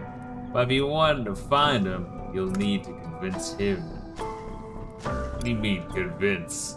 You'll have to suck off the dragon, bro. Like, convince whom? To whom are you referring? Ah, the spirit of youth. Good to see you're so eager to keep on top of things. This whole colonization thing is best left to the young. Old fuddy-duddies like me have no place in. Oh, better stop myself before I get further off track.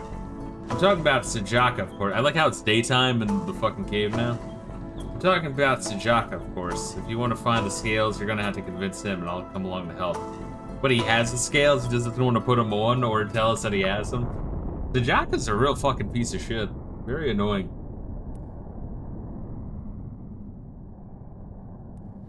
He's just pretending to be arthritic. We're running out of time. We need to hurry. I made a promise to August, and I don't intend to break it.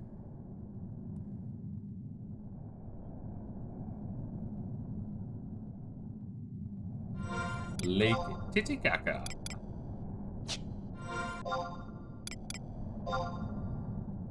So we're on the Morimar shit.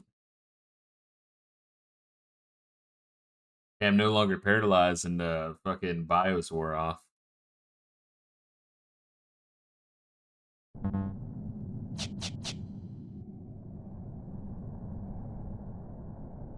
If we've defeated at least one WKR, there would be a reference to it in that scene.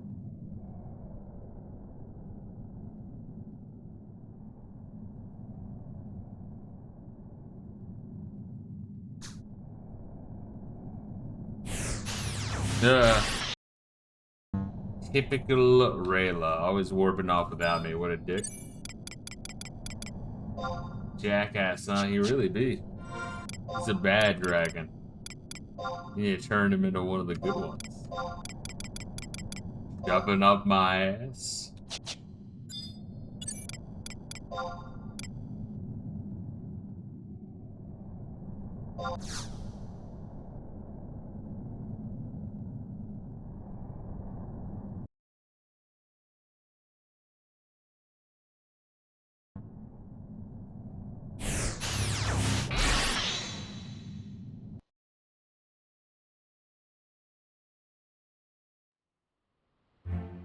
Beautiful.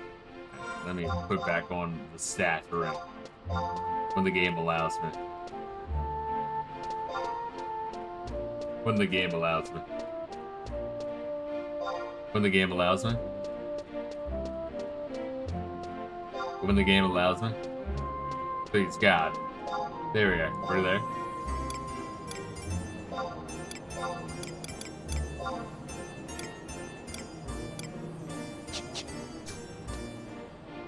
Alright.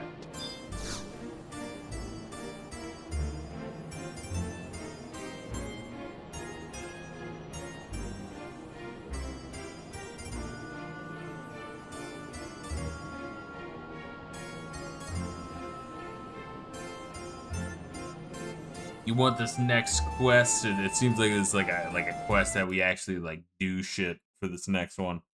You want this next one to be the last one we do for the stream.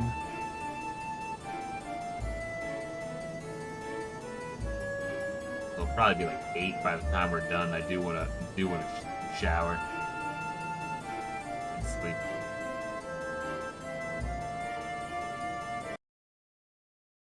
You're good, bro. Take your time.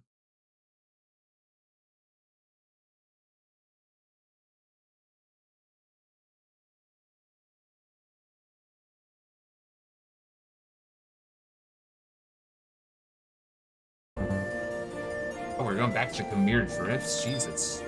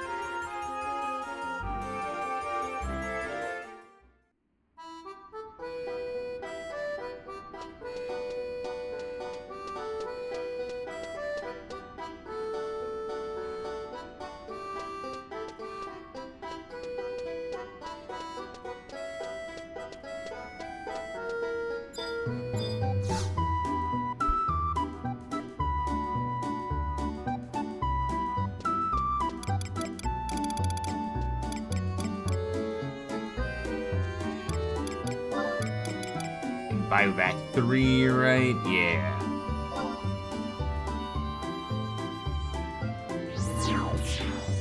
Let's hang out, wait for Reila. While I pause it. Like, I don't know, I made it. He's. Yeah, shuffling Final Fantasy 11, 8, and 3 around in my list seems to be the most difficult part of this list. Every time I like look back at it, I'm like, how would I rank these? Because they all have like such wildly different issues and such wildly different strengths. Grandma wanted you to order something on Amazon. I'm like, I'll fucking take care of your family, bro. Yeah, anytime you need to like, you know, do shit and it's stream time, I will never forgive you. Wait, no, not that. I will always allow it. There we are. That's what I meant. Yeah, fucking go for it. You do you, man. Seriously. The thing I hate about Final Fantasy 11 is you can't send messages when the other person's loading. Hey, that's awesome. Yeah, I love giving you a hard time, bro. I don't even have to try. Let me wait for this motherfucker.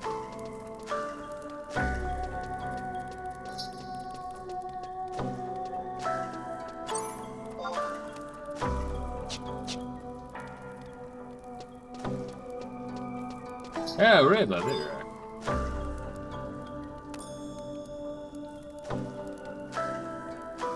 Yeah, it's Final Fantasy 11 is interesting because it's like the strength of the game is like the vibes and the like exploring and the just like the being in the world, you know? Alright, joke about.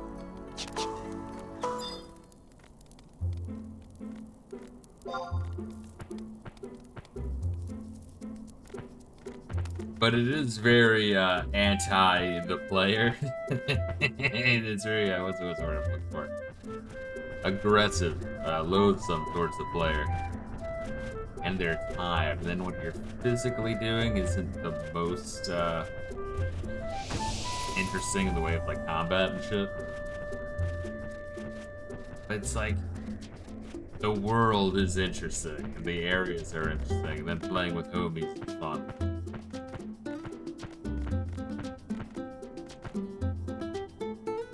But then 8 seems like a rough draft turned into a final without ever actually transforming it into the final. But it's very classic Final Fantasy in terms of, like, you know, game structure.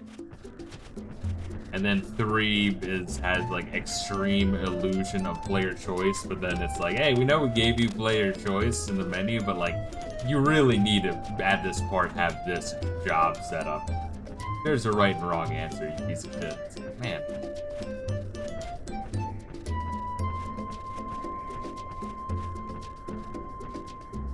Final Fantasy 14 will at least respect your time. Yeah, no, I'm strongly thinking that I will enjoy. I'd be very surprised by end up on like a final ranking having 14 below 11. I really don't think that's going to be the case. Hey, the area's colonization rate is now 81%.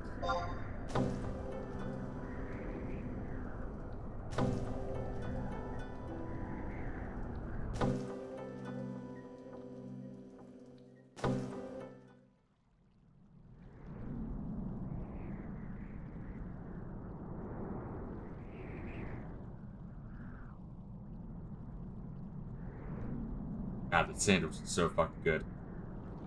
Only issue I'll have with Final Fantasy 14 is probably the base game. It's pretty long. Gotcha. I'll still probably I'll try to like do more in my own time of like just fucking around and explore and talk to the NPCs. Yeah, the kind of gay shit that I do in this game. I'll probably be more on top of that. Granted, I should be okay, I'm not in the process of searching for another job. By that point, I should be more, like, stable here right now. A bank account in terms of, like, shit done and then shit unpacked.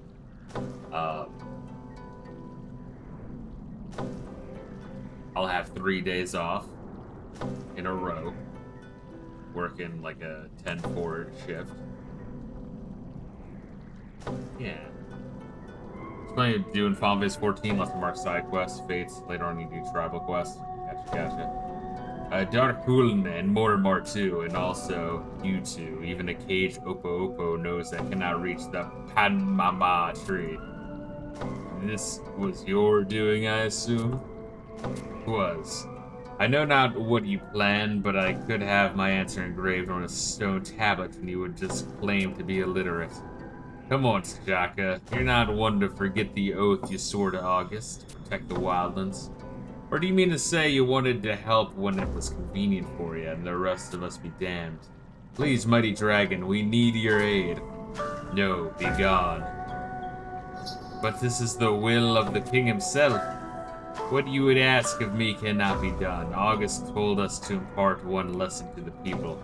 Never again were they to set foot in the wilds.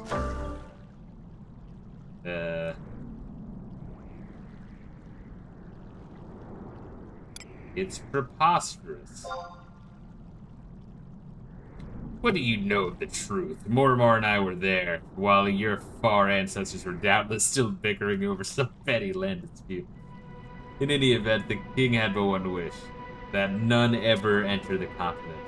For the children of men are foolhardy. Their lives last but an instant, and thus their capacity for wisdom is lacking. They knew his dying words, yet from then until this very day, they never abandoned their desire to terrorize the jungle. The fools are not aware that the world tree's roots are buried deep within the Serpentine Labyrinth, shutting in the forces of darkness from the outside world. No, not only are they ignorant, they continue to harm the tree with each breath they take. Numberless are the years I spent watching humanity's pernicious deeds from atop this frigid peak. I am confident that the king would not have wavered in these dark times. Man is to leave this place. To sing a tomb of gloom and doom, Sajaka, but these are desperate times. Who else do you expect to save the world tree? This isn't a question of man, nor how long a life you lead. Doesn't matter one bit. If the prince of the deeps comes back, both man and beast, both the mortal and the ageless, will be swallowed up whole. You know why? Because he detests all life. You're aware of it as much as I am. Kind of interesting though, like a death god specifically, not darkness god, but death god. It's a slight difference, but it's a slight difference you haven't seen in previous Final Fantasies. Always so darkness evil. His scythe will reap all that draws breath. You speak truth. The storm threatens to tear us all apart. The world's freest power has begun to fade, and my wings will not carry me for more than a few brief moments. The Knockworlds have been embroiled in conflict from dawn to dusk, as the moment Mormar emerged from that cursed labyrinth. And even they have begun to forget why. It's exactly what I'm getting at.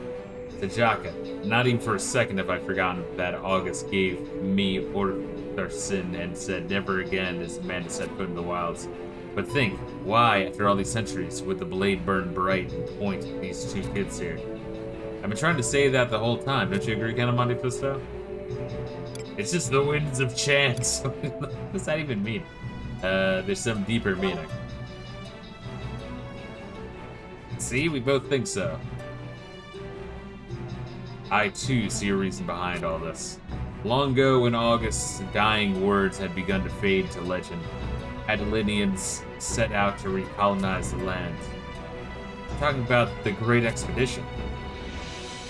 Is that how it came to be known? Trust me, there was nothing great about it.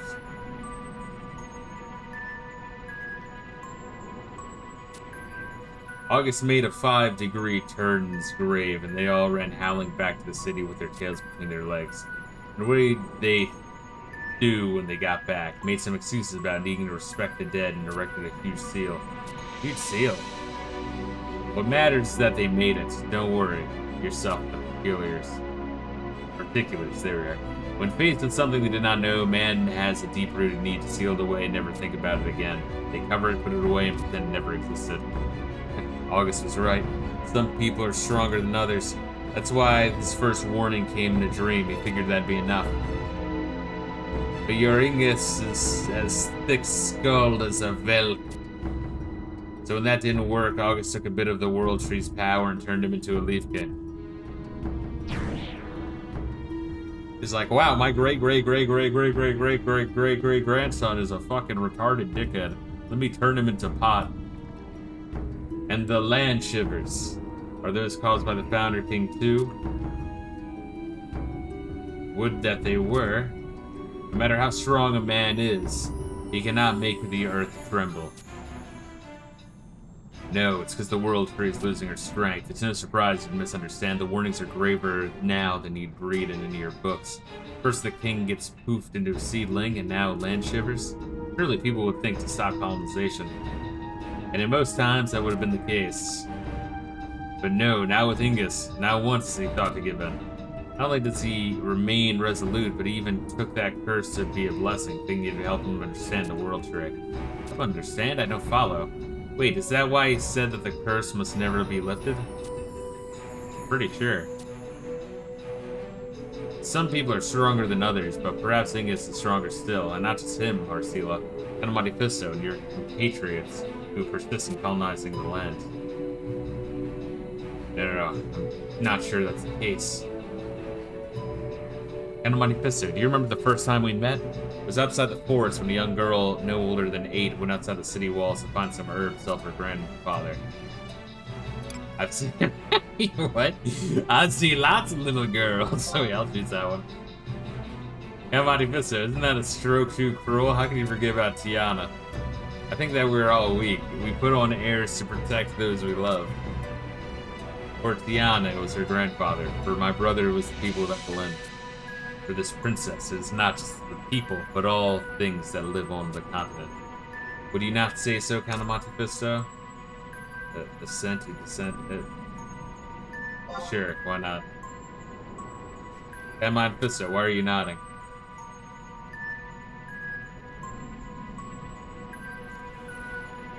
They protect something they love, huh? Can't say I understand it, but that may be my age showing. Chocobo being put out to pasture. To your trap. If I wanted your opinion, I'd have given it to you. Yeah, that hand banana there. You just said tonight, you. Yes, that's a good boy. You know what I think, Sajak? You have like mind linking with an animal and then being a deranged psychopath is so funny. You know what I think, Sajaka? August may be pretty conflicted. That's why I used the sword to call them here. Conflicted? Yep, that's my opinion. Times have changed. New forces are coming to bear. There's so many like Arcila and like Count Monte Fisto working for the benefit of Adeline. That's so. I've got an idea of where to find your scales. How could you possibly know that? Think all I've been doing these years is slinging my axe around? May not be as spry as I once was, but I can sneak around like the best of them. You got something to say? Come now, out with it. No, we simply have different perspectives. That's right. Different. Now, where was I? Oh, right. You know, there's a reason we haven't found those scales yet, and it's not because we're overlooking something, it's because we aren't searching the right place. What would you suggest? Sometimes it can be pretty dense, Sajaka. Can you just get done saying people aren't nearly as clever as you? Well, nothing beats playing around with a fuddy-duddy like yourself. Back to the matter at hand. What are you thinking, Morimar? Deep within the recesses of Knockwell's charges. That's right. The Serpentine Labyrinth. Why would... Think, that place has been sealed off thanks to the pact they made with August. Some areas haven't been opened up in generations upon generations. The pioneers have tried to make inroads there, but met with little success. So if we could find a way in, there's a chance we can find it. But it won't just be enough to ask the Knockwells to let you in. We'd have to ask more than their permission. They need your okay too, Sajaka, so says the ritual. At last, I see why you brought them before me. Finally, as I said, August is wandering and confused. All of us know that stopping colonization won't stem the tide of what's to come. The World Tree can't hold out much longer. They got thinking. You've got to lead them deep inside the labyrinth, even if it means letting colonization go on. You can't let them hurt the force without purpose, right? And you care what happens to this land. You know why he's kept silent all this time? It was to let them meet with the Knockwells and the Leafkin. And with you too, Sajaka. Ever since that Ingus turned into one of those little green buggers, August hasn't made a single peep, like he did during the Grey Expedition. No, colonization has proceeded quite smoothly, and the pioneers have breached the reach of the Serpentine Labyrinth. Isn't that all the proof you need? There have been no sacrifices and no saviors. Everything's just on the edge of boiling over. Don't you disagree? I'm more than willing to listen.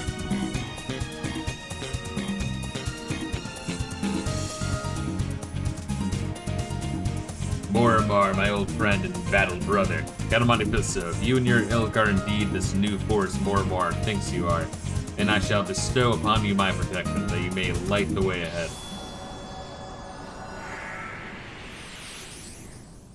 With Sajaka's blessing, you should be able to enter the areas of the Serpentine Labyrinth that were once forbidden. You know your task, to search for the dragon scales. Get a move on before it's too late. I'll come with you, Count Monte Fisto. Unfortunately, dear princess, I can't allow you. Not that I don't appreciate your valor, far from it, but your talents are better used elsewhere. Darkul can only protect you so much, and there are other things you need to be doing. Like what? Look within yourself. Is searching for dragon scales the best way you can help? What about Adeline? Don't they need a shining beacon, given the state of Ingus is in? You're right. I'm needing the city. Count Monte Fisto, I know you can do this without me. There are things in Adeline that only I can handle. Among them, gathering information. I'm pretty sure you'll do the same, though in a different way. I know searching for those scales will be dangerous and it may mean your life, but there's no one I would trust more. After all, we each have our own role to play. In Darkul, I know that you talk to Count Monte Fisto telepathically. Could you do the same with me? You are long. I will tell you this. It'd be funny if Darkul looked at us like, this bitch really thinks I'm about to mind link with her. Her fucking thought ass. Look at those fucking stockings. You knew all along. I will tell you this. There's some things better left unknown. I'm not one to shy away from the candles in times of darkness. The blood of Adeline courses through me, and I'm prepared to fight. I see. This girl's got a leg up on you, Shaggy. Then I shall do what I can. Anything I tell Count of Monte Fisto, I shall tell you as well. I trust you do not mind, Count of Monte Fisto. Yeah, she has the right now. Fuck it. And none of this matters. I'm so glad to hear you agree. Count of Monte Fisto, the Serpentine Labyrinth is a tough nut to crack. You should head back to Arcelia from time to time. I'm sure she'll dig up something that'll help you. Suppose there's not much left for me to say. I'm shocked. Keep your nose to the grindstone, but not so much that you lose sight of what's important. Holy shit. I got Sajaka's protective, like, stank or whatever the fuck that said. Ward. There we go. Alright, I need to start to wind down for the day, baby.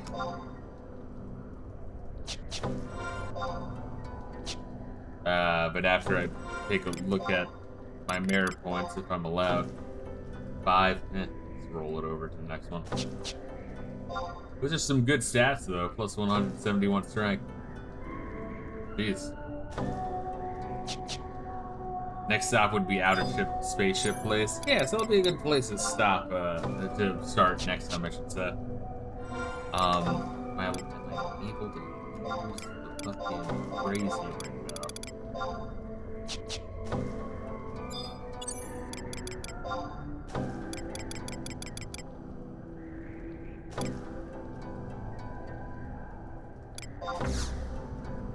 Yeah, that's another thing I'm gonna have to do is fucking talk to internet providers. I really don't want to. Like, I'm gonna have to, but I don't want to, because it's like... These calling cable companies sing on the phone for like, probably like 2 hours straight. ISPs suck.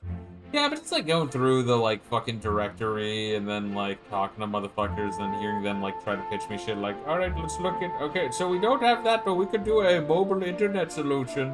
Like, no, I have that now, please. I you know, and I want to be polite. I don't want to be an asshole. But that equates to, more bullshit, more of my time wasted. Sometimes you gotta put your foot down. I did mine all online.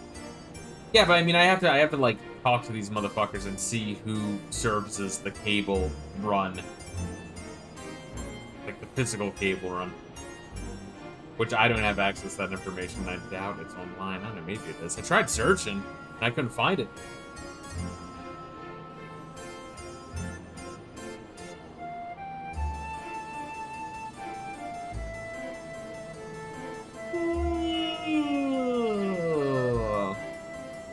One day at a time, baby. Ask the apartment manager. Yeah, I can ask them again.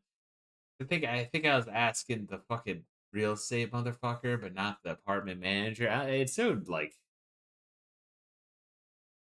how to put it? When I pay initial rent, I don't understand how the money splits like 3 or 4 ways to the different people. Where it's like, ah, we finally sold a fucking, or, you know, rented out an apartment, new lease signed. It's like, who gets how much fucking money? I don't know. Kind of weird. It blows my mind. I guess that's why I'm a broke ass bitch, because I haven't cracked that nut. Yeah, I gotta become BlackRock. I must embrace and become BlackRock. Oi, oi vey. But guys, thank you for joining me. I might work on this slightly between this stream and next stream. Once again, the fact that I'm like playing through 11 and 3 right now means those are gonna jump around. I feel like 15 is the hard floor, and then FF4 is the hard ceiling. So it really is shuffling around 11, 8, and 3. That is fucking tricky. That's a fucking tricky one, man. It really is. But guys, thank you for joining me. Next stream will it be Final Fantasy 3? Actually, let me fucking look real quick. Actually, don't know. Yeah, I guess Final Fantasy Tactics and then Final Fantasy 3. Bizarre. I feel like the most recent game we played was Final Fantasy Tactics, but I guess it was 3. Mind blow. But guys, make sure you're taking care of yourselves. Much love and peace